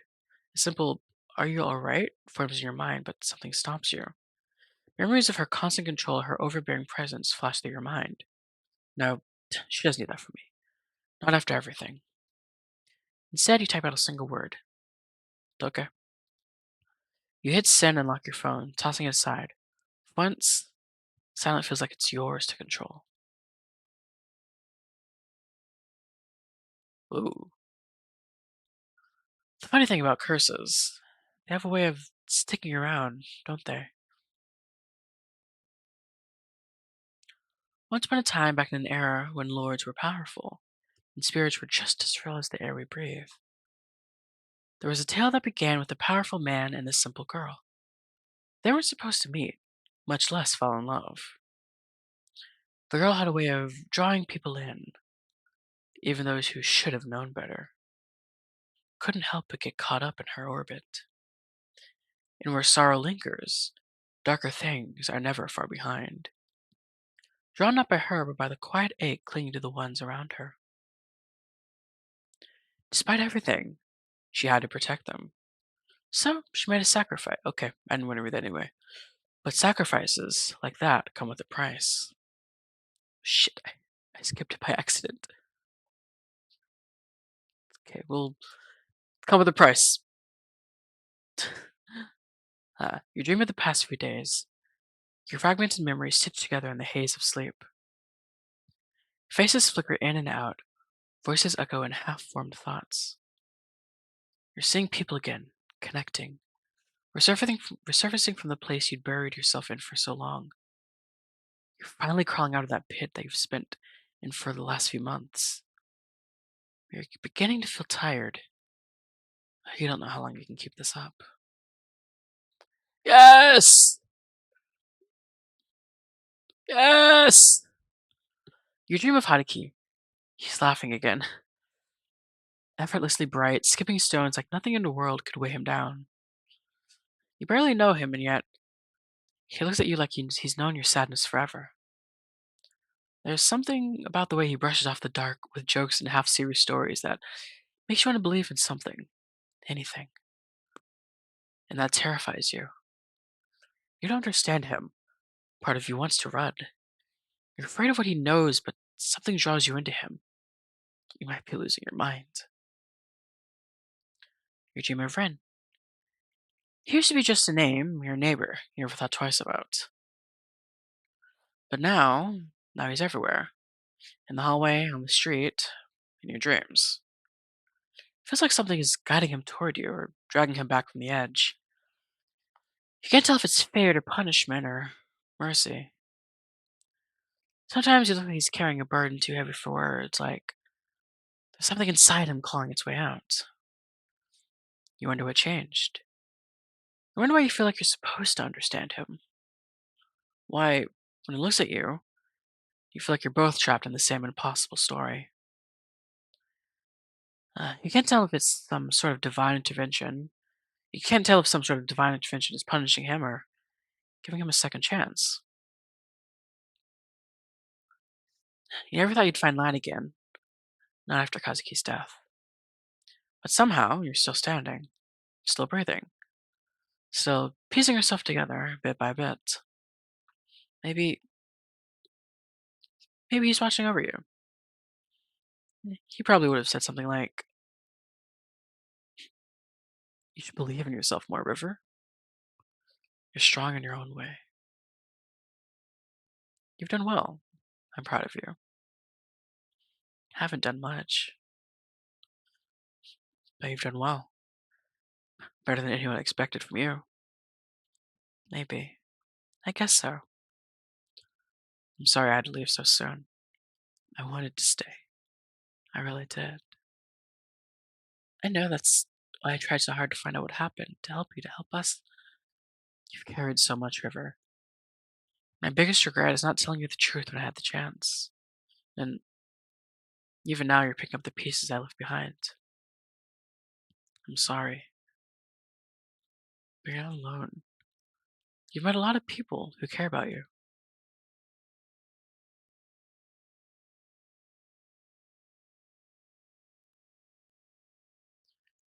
They really do love you. And as jealous as that makes me, you might love them too. Or at least grow at you. I hope my memories won't stop you from living your life. What we had, it meant the world to me, even if it was short lived. It mattered. You mattered. In this life, and the ones before it. Thank you. I hope to see you soon, but I know that you'll be making your choice soon. Or maybe by the time you see this, you've already done so. Regardless, I love you. Let's meet again soon, River. You wake up, the dream already fading like smoke in the morning light. You reach for it, desperate to hold on, but it slips through your fingers. You're sure it was something kind, something warm. Yet all that's left is an empty ache where the memory should be. For a moment, you just lie there, stuck between sleeping and waking, trying to hold on to the quiet before everything comes rushing back. Then you remember. The worry settles in again, heavy and familiar. You grab your phone from the nightstand, hoping stupidly maybe that there's something waiting for you. Nothing. No messages, no calls. Still nothing from her. You stare at the screen for a while. Your chest getting tighter. Maybe something did happen. Maybe something's wrong. You want to text her, you almost do, but your fingers freeze. What if she says something you don't want to hear? What if she says nothing at all? She's your mom. You care about her. Despite everything that's happened, you still do, right? You pull the blanket tighter around yourself, trying to block out the awful feeling in your chest. I'm a good daughter, you tell yourself. I am.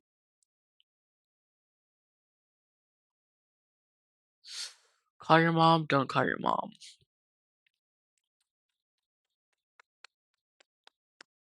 Mm,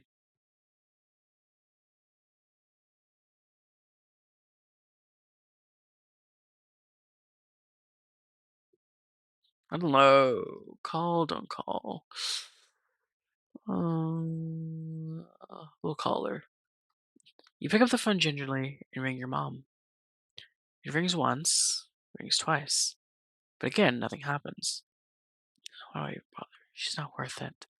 Suddenly your phone buzzes, and despite the mental turmoil a few seconds ago, you touch your phone, frantically unlocking the new message from your mom. Please stop calling this number. As I said before, I will be gone for a while. Keep your heart open and seek out our wisdom. Okay, so the Colt's gotten her. Got it, got it. There it is again, that sense of unease. Everything that's happened last night and this weird thing going on with mom. Maybe I should call in sick today. Hey, I'm really sorry, but I'm not feeling great today. I don't think I'll be able to come in. I understand. Is everything alright? Yeah, something big, just tired, I guess. I'll be fine after some rest. Are you sure? You know I'll always be here if you need anything, River. I know, I'm just tired, that's all. I just need a bit more sleep. Alright, take it easy, okay? If you need anything, even just someone to talk to, I'm around. Thanks, Yota. I appreciate it. Of course. Get some rest. You switch off your phones. Whoa, you switch off your phone and slip under bed. The sun hasn't fully risen yet, but the morning sun feels cold and sterile, reminiscent of the night before. You close your eyes, but your thoughts claw their way back to your mother. You try not to think about her. You try not to care.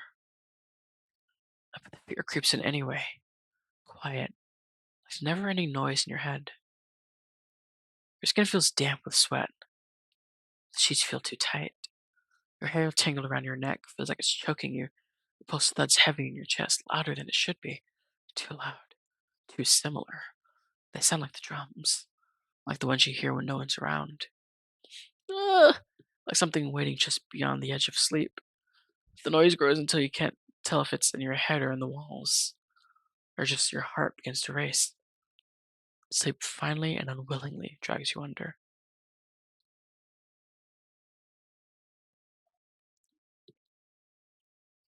Okay, I'm getting impatient. I can't stand it. Every heartbeat, every breath she clings to, it grates on me. They keep interfering, one after another, like gnats buzzing in my ears. But it's her I want. Just her. Just one crack, one slip. Let the fear splinter her resolve. Let the despair hollow her out. I just need her to crack. And then, finally, I can feast. Who's this? Are they the same? Is this just the other side? Interesting. Oh, oh, the others. They're moving faster than I anticipated. Their hands are all over the board, pulling her this way, that way, away from me. We have to act now before she. No, no, not again. I won't lose her to them again. She won't make the wrong choice. She won't. I just need one more chance, one opening. One whisper in the right ear.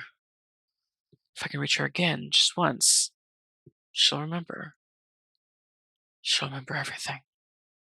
And then, she'll come back to me. You jolt awake, breath catching in your throat.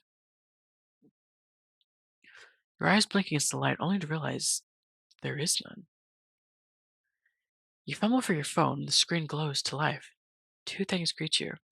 The time, 8 p.m., and a single message from your mother. Your heart stutters as you unlock it. The message is short and unmistakable. I'm fine. You stare. Your chest tightens. You don't know what to feel. You never want to linger in communication with her. A quick word or two usually suffices, and yet, this time, unfamiliar weight coils in your chest, slow and insistent. A flicker of uncertainty, sharp as a spark, begins to burn beneath your ribs, urging you to reach out and ask for more. You want to ask her, are you sure? If nothing is wrong, please let me know. But instead you hesitate. Your fingers hovering over the screen. You know you should. You know you want to. But you can't bring yourself to do it. No, maybe it's nothing. You're just being paranoid. Nothing to get too worked up over, as Mom always says. You tap send, but then nothing. The screen pulses with silence, followed by the system error. Message failed to send. Recipient unavailable. You feel the burning rise again, bubbling up behind your eyes, hot and relentless. She probably turned off her phone. I'm just being overly anxious again. Maybe I should just get out of here for a bit. Run some errands, even if it's late. You clean yourself up and head out, trying hard not to think about anything else. No matter how hard you try, words cling to you, because you know far too well how it is to lie so easily.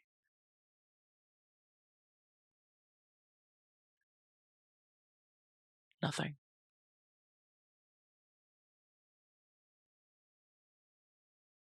Suddenly your phone rings. It's Yoko. Uh, hello. I was worried you wouldn't pick up. I'm a cutie. But you have to mention you weren't feeling well today. I hope you're doing a little better. Well, maybe just a bit better than I was this morning. Ah, that's a relief. Sorry for the sudden call. Thing is, we got struck by the cafe earlier and surprise, surprise, left his phone behind again. I was wondering, could you pick it up and hand it to him tomorrow morning at work? Sure, no problem. I was already on anyway. I'll swing by the cafe to grab it. Thank you, Emma-chan. You're always so sweet to us. I'll be waiting. Emma-chan, thanks for coming. I had to go find reason myself, but I'm not in a mood today. He gave me the stink eye just now. Can you believe it? The nerve. Anyway, here's Josh's phone. Maybe we run into him somewhere around town. Then you can hand it to him. No rush. Nothing he'll miss as much anyway. Aside from work stuff, I don't think anyone really texts him, except us. Oh no, it sounded mean, didn't it? I didn't mean it like that. Oops. Anyway, I hope you're feeling better. Said this.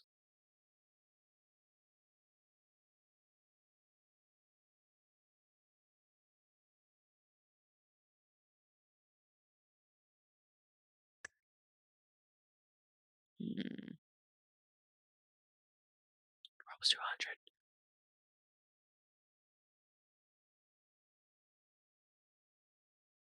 It's too easy.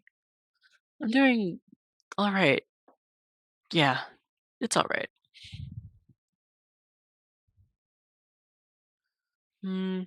I'm gonna look to you again. Like this says you're trying to figure out something or someone. Is about your mom? How did you always got that distinct frown whenever you think about your mom? Yeah, she's keeping things from me again. I mean, she's always like this, but I don't know why this time it feels particularly stressful. I'm afraid of pushing and asking her because that's not like me either. To worry so much about her either. Just confused and scared. Scared of what she might say. It's terrifying, isn't it? The idea of not knowing. It's even more terrifying to ask, not just because of the lies, but because once the truth comes out, it changes everything. Maybe you're not sure if you even want to know everything.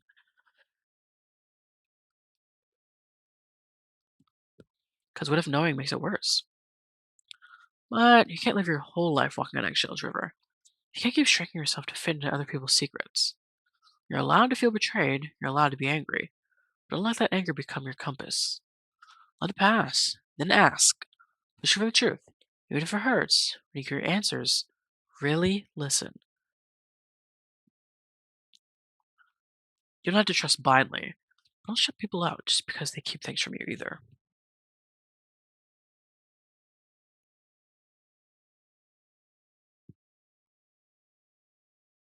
Hey, you don't tell me everything either, but I'm sure you have your reasons. Sometimes people hide things because they're scared too. It doesn't make it right, but maybe it makes them human. Anyway, I'll stop being dramatic now. Thanks again for helping with Yoda's phone. She going for my boss gives me another stink eye. I'll see you around, River. Bye, Yoko. Oh, you're for the cafe today, kitty. He stares at you as you leave, eyeing you meticulously as waiting for your arrival. He lets out a loud meow before starting off a few meters ahead. As he walks ahead, he turns back to give you a pointed look, like he's personally offended you haven't started following him yet. We'll follow him, grabbing mousy in approval, and continues to lead you through the alleyways, weaving between the narrow streets and hidden corners of the city. Before you knew it, Miyabi led you towards the direction of Haruki's office. With that, Miyabi left, flickering his tail at you as he disappears in the shadows of the alley. Jeez. He's like a pet.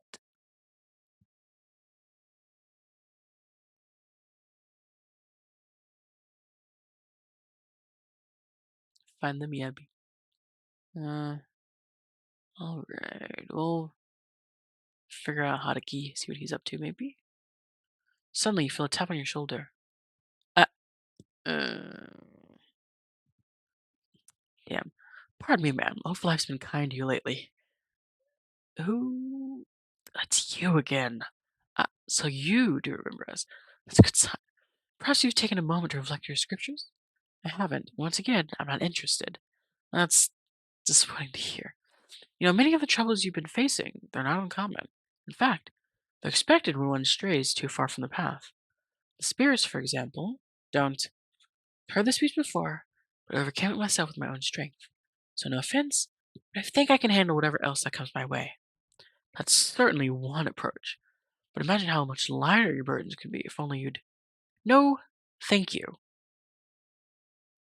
I really hope that's the last time I see them. Maybe I should report this to the police.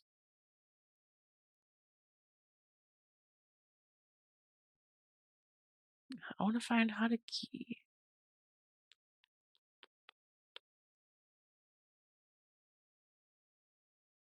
Hmm,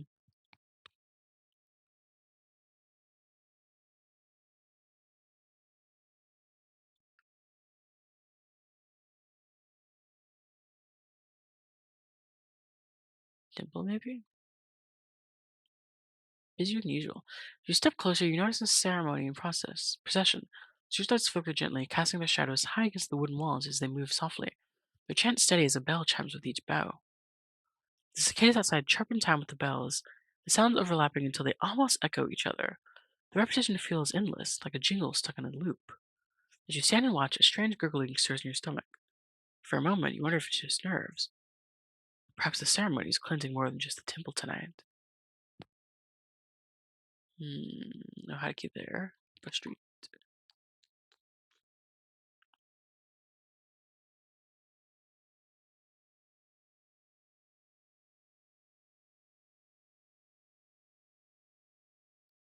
There's some call your name. River, there you are. Footsteps closing fast before you can react. Feel the heat of someone's breath against your cheek. Oh my god! They're looking everywhere for you. They just keep letting you slip through, but not me. I don't blame them though. They're not exactly persuasive. But you can't get running from this. You have to listen. There's not much time left. Come with us. You'll see. You'll understand. I said no. Stay away from me. You try to push him, but he only steps closer, his eyes dark and unyielding. You don't get it. They don't want us to tell you anything. But I know you want to know. It's tearing you apart, isn't it? That emptiness, that fear. I can take it away, right now. All you have to do is follow me. The stranger reaches out to grab your arm, but stops himself, slightly hovering above your skin. One step is all it takes. One step is all it takes. No, I'm not going anywhere with you. You don't understand what's at stake. So just come with us. He'll guide you to salvation. I told you no. Stay back. This isn't just about you anymore. I have to do this. For all our sakes. His hands shoot out, gripping your wrist. It's cold, firm, and desperate. Let go of me! Someone help! You scan your surroundings, but the people nearby avert their eyes, walking faster, pretending not to see. What the fuck? You twist, fight, your heart pounding as his grip tightens. He'll save us. All of us. Through me. Through you. Ugh, it hurts. What's wrong with you? Let go!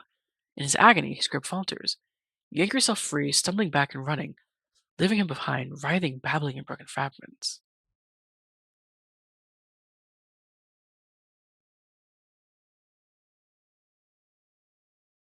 There's no answer.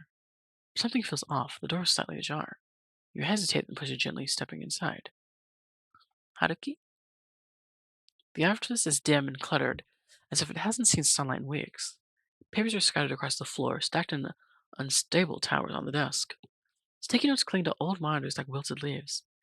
His office is a cluttered mess, paper strewn across every surface, piles of folders threatening to collapse, the floor barely visible beneath it all. What really catches your eye are the objects that don't belong. Strange talismans pinned to the walls, amulets strung along shelves like charms warding off something unseen. A shrine of belief and symbols wedged awkwardly between coffee stained reports and half filled notebooks. Faith woven into filing systems. Doesn't make sense. And yet, somehow it does. It made as much sense as Haruki. Just like him, his office was messy, disorganized, but deliberate.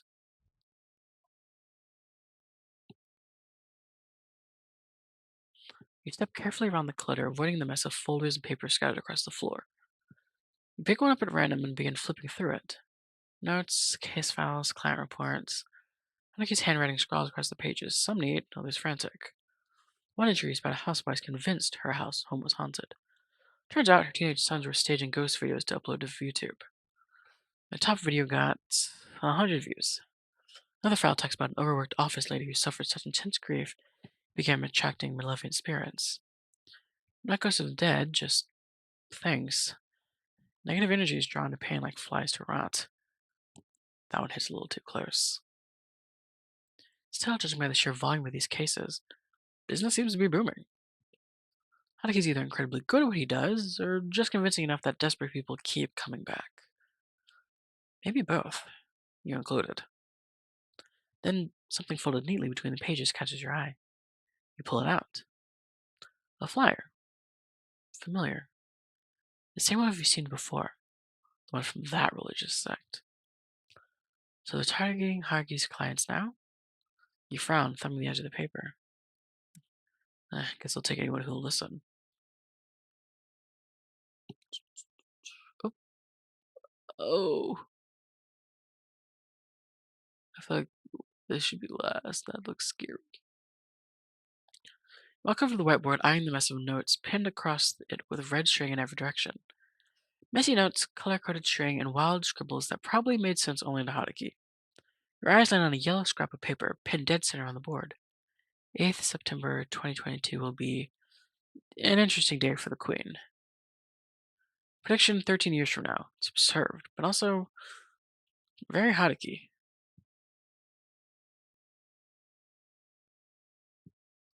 Still, none of it seems useful. Just the usual paranoia that fills half his workshop. But then something else catches your eye. Behind the chaos, behind the edge of the board, is a stack of papers. Not part of the conspiracy collage. Hidden, maybe on purpose. You step closer, hesitating for a moment. Do you tear down the board to reach it? Yes. You reach out and begin pulling away the layers of string, newspaper, and pinned notes. What was once just a chaotic board slowly reveals something more deliberate underneath. The faint words peek through the worn paper. Established in the 1960s, but oranges taste back to the Reiwa era. Many women recruited, most vanished from the public eye. Renowned spiritual master joins under unclear circumstances. Current leader, identity unknown. The center, etched clearly in black ink, is a symbol you recognize all too well, and a name you've heard far too often. Hiroshi Nakami. You always knew how to get some kind of tie to the organization. This goes deeper than you ever imagined. Behind the layers of conspiracy and junk, you find a full wall of research. Pages and pages of documents, mapping the group's history down to every bizarre prediction they've ever made. Clippings from newspapers, flyers, public scandals. What stops you cold are the notes about you. They talk about your history, ramblings of things that don't make sense, coherent words, seemingly talking about a past connection of some sorts. They reference your confusion, your pain, the isolation that followed. They mention your mother and her eventual involvement with the organizations, things even you didn't know about. But it doesn't stop there. There are entries that haven't happened yet. Much about your eventual involvement with the group. Your connection to something called the trigger. Finally, in thick red ink, the choice. But among the scribbles, something even more unnerving catches your eye. The same two words, I'm sorry, scribbled over and over, scrawled beside every recorded calamity, every chilling prediction, sometimes frantic, but all tinged with the same desperation, as if apologizing could undo what had already happened, or what was still to come. You step back, breath catching in your throat as the whole wall comes into view. The strings, the headlines, the predictions, the apologies. Compared to the tangled web of conspiracy theories, this is something else entirely. More chaotic, yes, but this time it doesn't feel fabricated. You can see his thoughts bleeding in onto the page, the fear, the guilt. The more you read, the less you understand. The words blur together, their meaning slips through your fingers. All that's left on the board are his fears.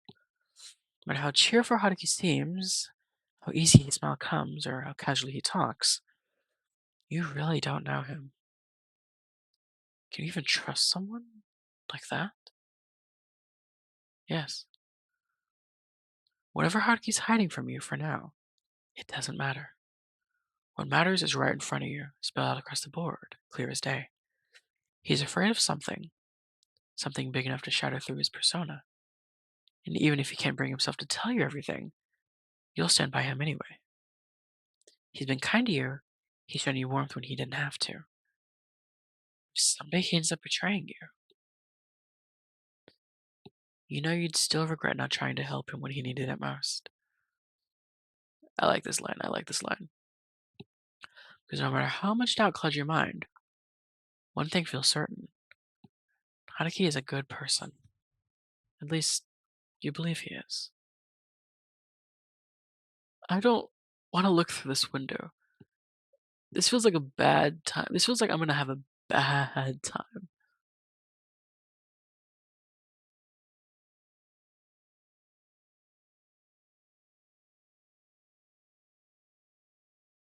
I'm gonna lose my freaking marbles, man. You take a step toward the window and glance outside. Okay. Freaking hell. Down below, a stray cat is curled up in the alley. Oh, fast asleep, completely unbothered by the chaos of the world out around it. You watch it for a moment, feeling a strange sense of calm wash over you. The cat stretches, yawns, and then settles back down,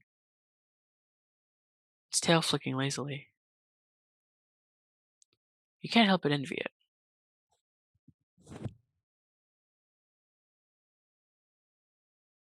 Oh, to be a cat sleeping in an alleyway in the middle of the day. Oh, thank God. Alright, talismans. Walk over the wall, eyes fixed on the strange talismans hanging in uneven rows. They're covered in unfamiliar religious symbols, glyphs and markings you can't quite place, not anything you've seen before.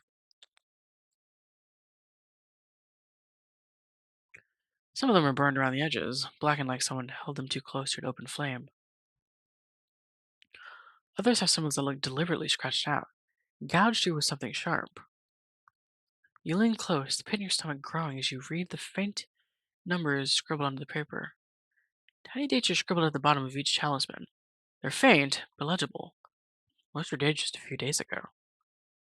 Why would he keep the damaged one? These dates are so recent. I've already seen things most people would never believe, supernatural events, unexplainable encounters. But for some reason, this wall of scorched, defaced talisman makes your skin crawl in a different way. Could they be connected to you in some way? Oh, hello? Was that me? What was that?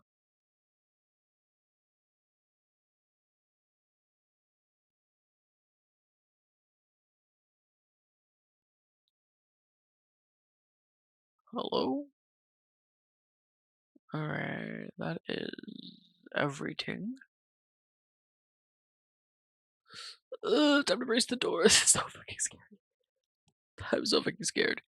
My phone vibrates. While thinking, you pull it out, but then pause when you realize it's not yours. It's Yota's. The screen lights up with a new message. It's from your mother. Keep her occupied for now. News fucking sketchy. Dang. Ravio was right. You almost lose your balance. This whole time you're worrying about her, wondering what she's hiding, whether she's safe, whether she even cares. And yet she's texting Yota behind your back. You don't know whether to laugh or cry or feel completely numb. A tight knot forms in your chest. Confusion gives way to something heavier, more invasive. Curiosity. You stare at the phone, the screen still glowing in your hand. You could unlock it just to make sense of all of this. But then again, you said you trusted him. This doesn't feel like something a trusting person would do. To unlock it, the fuck?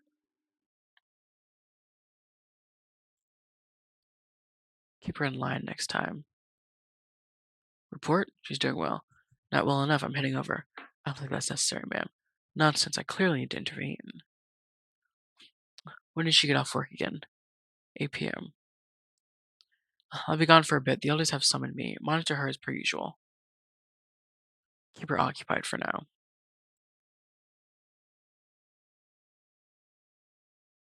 So, Ryota and your mom have been talking. You've always known about it, but reading the actual text messages makes your stomach churn for some reason. Maybe facing it straight on is too much for you, because then it means that everything you feared, every uncomfortable thought in your mind, was true. That Ryota might never have been on your side at all. And it hurts. God, it hurts. You hate her for it, you hate him for it. But you can't. Not really. You know it's not entirely his fault. But you're still so angry. It boils within you. You could have done more. He could have done more. He should have. Should you still trust a man like this? No. You shut off the phone, your fingers trembling slightly. Excuses run through your mind, each one trying to soften the blow, but none of them change what you saw. Maybe he didn't mean to hurt you, but he did. And whatever anger you're feeling now is clouding your judgment. You can't trust him, or at least you don't want to.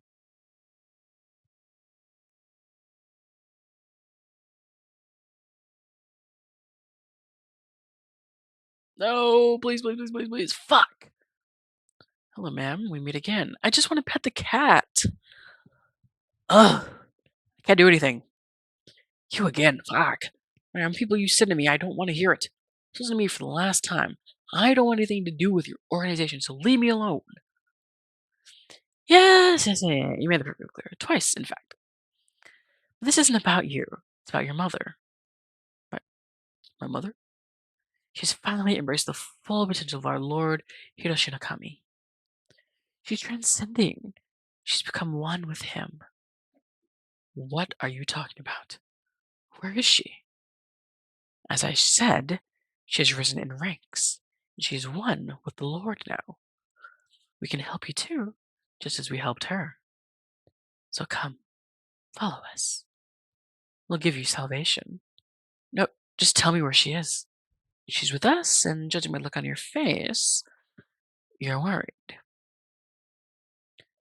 She sent you a message, didn't she? What did it say? Said she's fine, but and now you choose to play the loving daughter? How convenient. You ignored her for so long, and suddenly her absence means something to you. What do you know about our relationship? I, I do care about her. Things are just complex, and our relationship is complicated. And don't you want to fix that? Not really, if I'm honest. It's not too late. You can still have you still have the mother you always longed for. It's all within your reach. As long as you join us. No, no, your phone rings, slicing through the tension like a blade. I need to answer this. One sec, I've got a call coming. Hello? River, something's wrong. It's Kazuki's spirit. He's acting up again. Worse than before. I think there's some kind of auspicious day today that's tied to his death. I didn't realize until now. I think it's triggered something in him. Kazuki, what's happening? What's wrong with him? Whatever's been haunting that house, it's getting stronger, more aggressive. But I thought you said it wasn't Kazuki causing it. Look, I think you better come home fast. Yeah, I'm already here waiting for you. Just hurry, okay? I have to go. Please, just tell my mother to contact me directly. Wait, you don't have to go. Come back. Okay, she doesn't want us to leave. So I think This is fine. Haruki, what's going on? What's happening with the spirits? Are you alright? Ever that was wrong. I thought I could handle them, but they're too strong. They're overwhelming me. I can't hold them back anymore, not alone. What do you mean? I'll help you. Just tell me what you need. No, it's not enough, not for this. Even with the both of us, it's too powerful. We need someone stronger, someone we can trust, someone who can truly end this. Haruki, this isn't like you. What's going on? Hiroshi no Kami. Fuck. Damn it. Fuck. I don't know, I figured he was part of it, but I really didn't want him to be. Okay.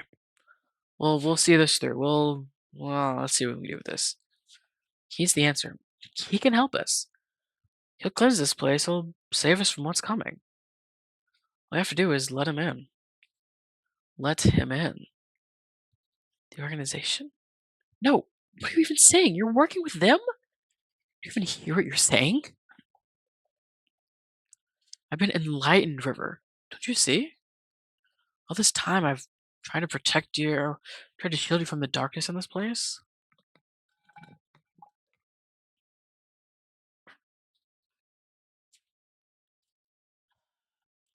The hauntings never stopped. They only got worse. No matter how many charms, how many rituals, it was never enough.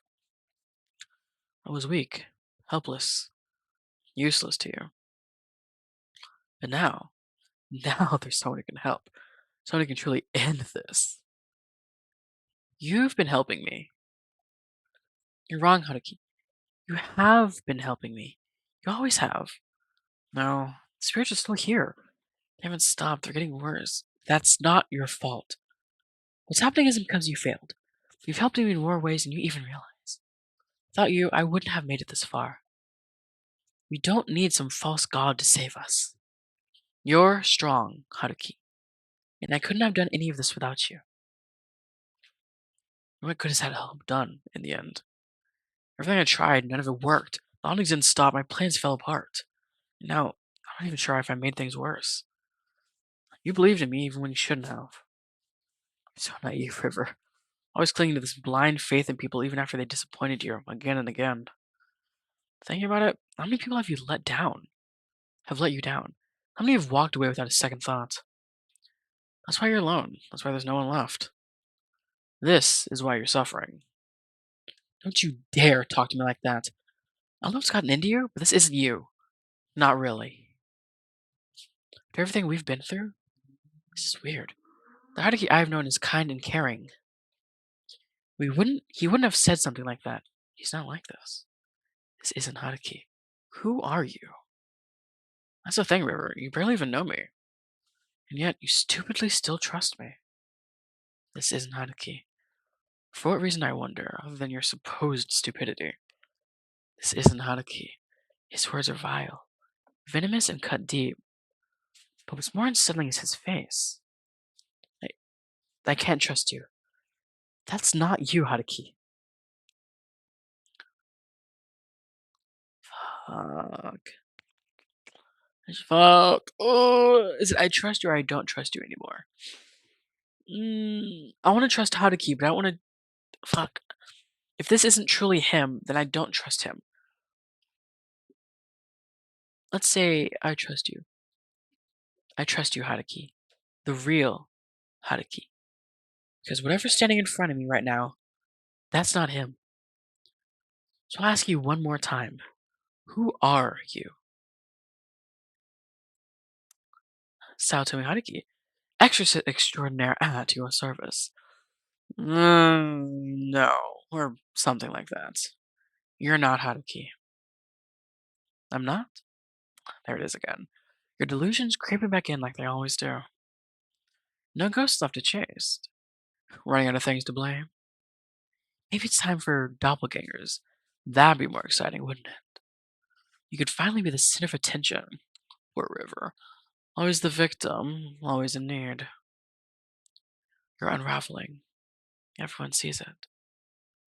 Honestly, maybe your mother was right about you all along. You're paranoid, unstable, a burden to everyone around you. And the worst part, deep down, you're starting to believe it too. Reject. No, I don't. I've come too far to let you twist this. Everything I've been through, I've managed to overcome. Be with my own strength with help from people beside me. I know that, and deep down you know it too. You're not Haruki. I don't know what kind of spirit you are or what you're trying to be, but I'm not falling for it. Not this time. I'm not backing down.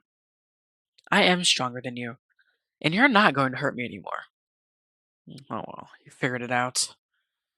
Congratulations, I suppose, but no matter, things have finally begun to move again. You know, I really do want it to end, to finally put this wretched camp to rest. But with every cycle, every turn, I will grow stronger, and soon, I won't need you at all. I've seen so many versions of you. Each version still clinging to hope, still screaming into the dark. But you always come back. You always try. And I always win. Over and over and over again. Let's see how long you last this time. River, wake up, please. You have to get up. The fire, it's almost on you. You can survive this, but only if you move. River, listen to me. Get up. Get up, River. Get up. Your skin stings. Your clothes are burning away, melting to ash against your body. But still you move. Somehow you push yourself up. You scan the room in a panic. The smoke thick in the air, heat licking at your skin. Then your eyes land on it. The incense from Kazuki's shrine is toppled over. Somehow, the flame grew large enough and now it's spreading fast. The fire crackles and roars, devouring everything you once held dear. You stumble back, overwhelmed. Part of you wants to collapse right then and there. What's the point in fighting? What's left to save? But then, through the rising smoke, you see it. Kazuki's photo. Shattered on the floor, the glass fractured, but his face still visible. Something stirs in you. You have to keep going. You grit your teeth, push yourself up. You stand. Every step is agony. You're so close your hand reaches towards the door handle. But then something grabs you. A hand, cold, strong. Fingers curl around your neck, yanking you back into the smoke. You're not going anywhere. You thrash, choke, claw at the air. You were so close, the door's right there. But the smoke swarms your vision, curling into your lungs like poison. You almost made it. Almost. Something rips at your skin, dragging you back into the blaze. Is it the fire itself? The creature? You can't tell. Your thoughts are blaring, flickering like dying embers. And just as the darkness threatens to swallow you whole, you see it. A silhouette rushes through the smoke. Fast, desperate.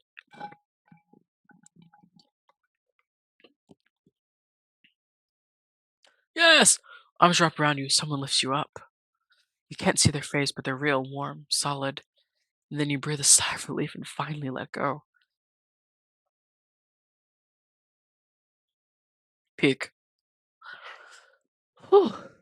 That took longer than expected.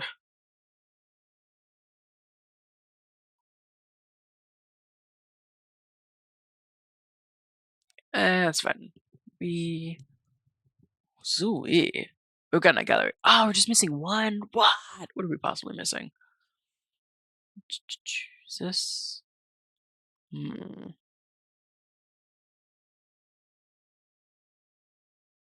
Dang. That was good. That. Yeah, that was peak. That was peak. I'll admit. How do I? I'm still locked. Oh, there we go. It's over here. I couldn't see it for a second there. Tee. Let me. What are you guys doing?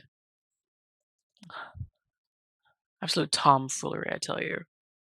Off. On. That, ladies and gents, was Lovers a what? Lovers Enigma? We'll say it once for people in the back. Lovers Enigma. Huh. 4 hours. Light work. I must say. Definitely took longer than I thought it would, but glad to have played. I will say. Yes. Whew.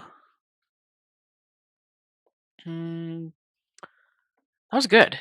Definitely a lot more than what I originally saw, I'll say that much. Because let it be known, when I last played, not a lot was going on. Hate to say it. Not too much was happening. But this was wow. I like that a lot, and I am excited to see, like, for this to just be a demo and it to be this long so far, kind of crazy, I must say. I've definitely played some games that, like, this is it. This is it in its peak. That's all there is to it. So, I'm definitely glad that developers reached out and I got a chance to, know that there was more to it and I had to play through it again. That was amazing. But definitely go play the game for yourself. There's multiple routes, I'm assuming. If you're going to be with Ren, he seems like a sweetie. Or if you're going to be with well, I guess Kazuki's ghost. Because you can still, like, riz him up and stuff. So, I'm curious to see where that affection goes. If you don't, like, go Haruki's route, like I do, as I am legally obligated to. But, yes, it's been 4 hours. It is a long stream for yours truly, so I will be bidding you all adieu. I wish you all a lovely night. Thank you to everyone who stopped by. A lot of new faces, a lot of old faces, and I will see you again on. I forgot. Give me a second. What does my schedule say? I believe Thursday? Question mark emoji? Ich weiß nicht. Schedule. Let's have a gander here. I will be back. Yep. Thursday, we are doing error 143. Let's see. I'm supposed to be doing error 143. I might swap it out with what is this game called? Side Station, which I think looked really neat. Not horror-y, maybe psychological-esque, but yeah, we'll see. Or maybe I'll keep error 143 just for the vibes. Then Friday, we're doing some just chatting, bit of ASMR with the new model. Nothing too fancy, just some stuff, and then maybe I'll fuck around with some filters. Who knows? And look forward to Saturday, Scary Saturday, where I will be playing Blood Orange. If me getting jump scared by these, the few pictures and stuff that happened here was entertaining, you'll probably have a absolute blast watching me play Blood Orange and get the shit scared out of me. Because I am scared very easily. I'm a scary hare, what can I say? But this has been River, your Gothic Desert Hare, signing off for the night. Stay frosty and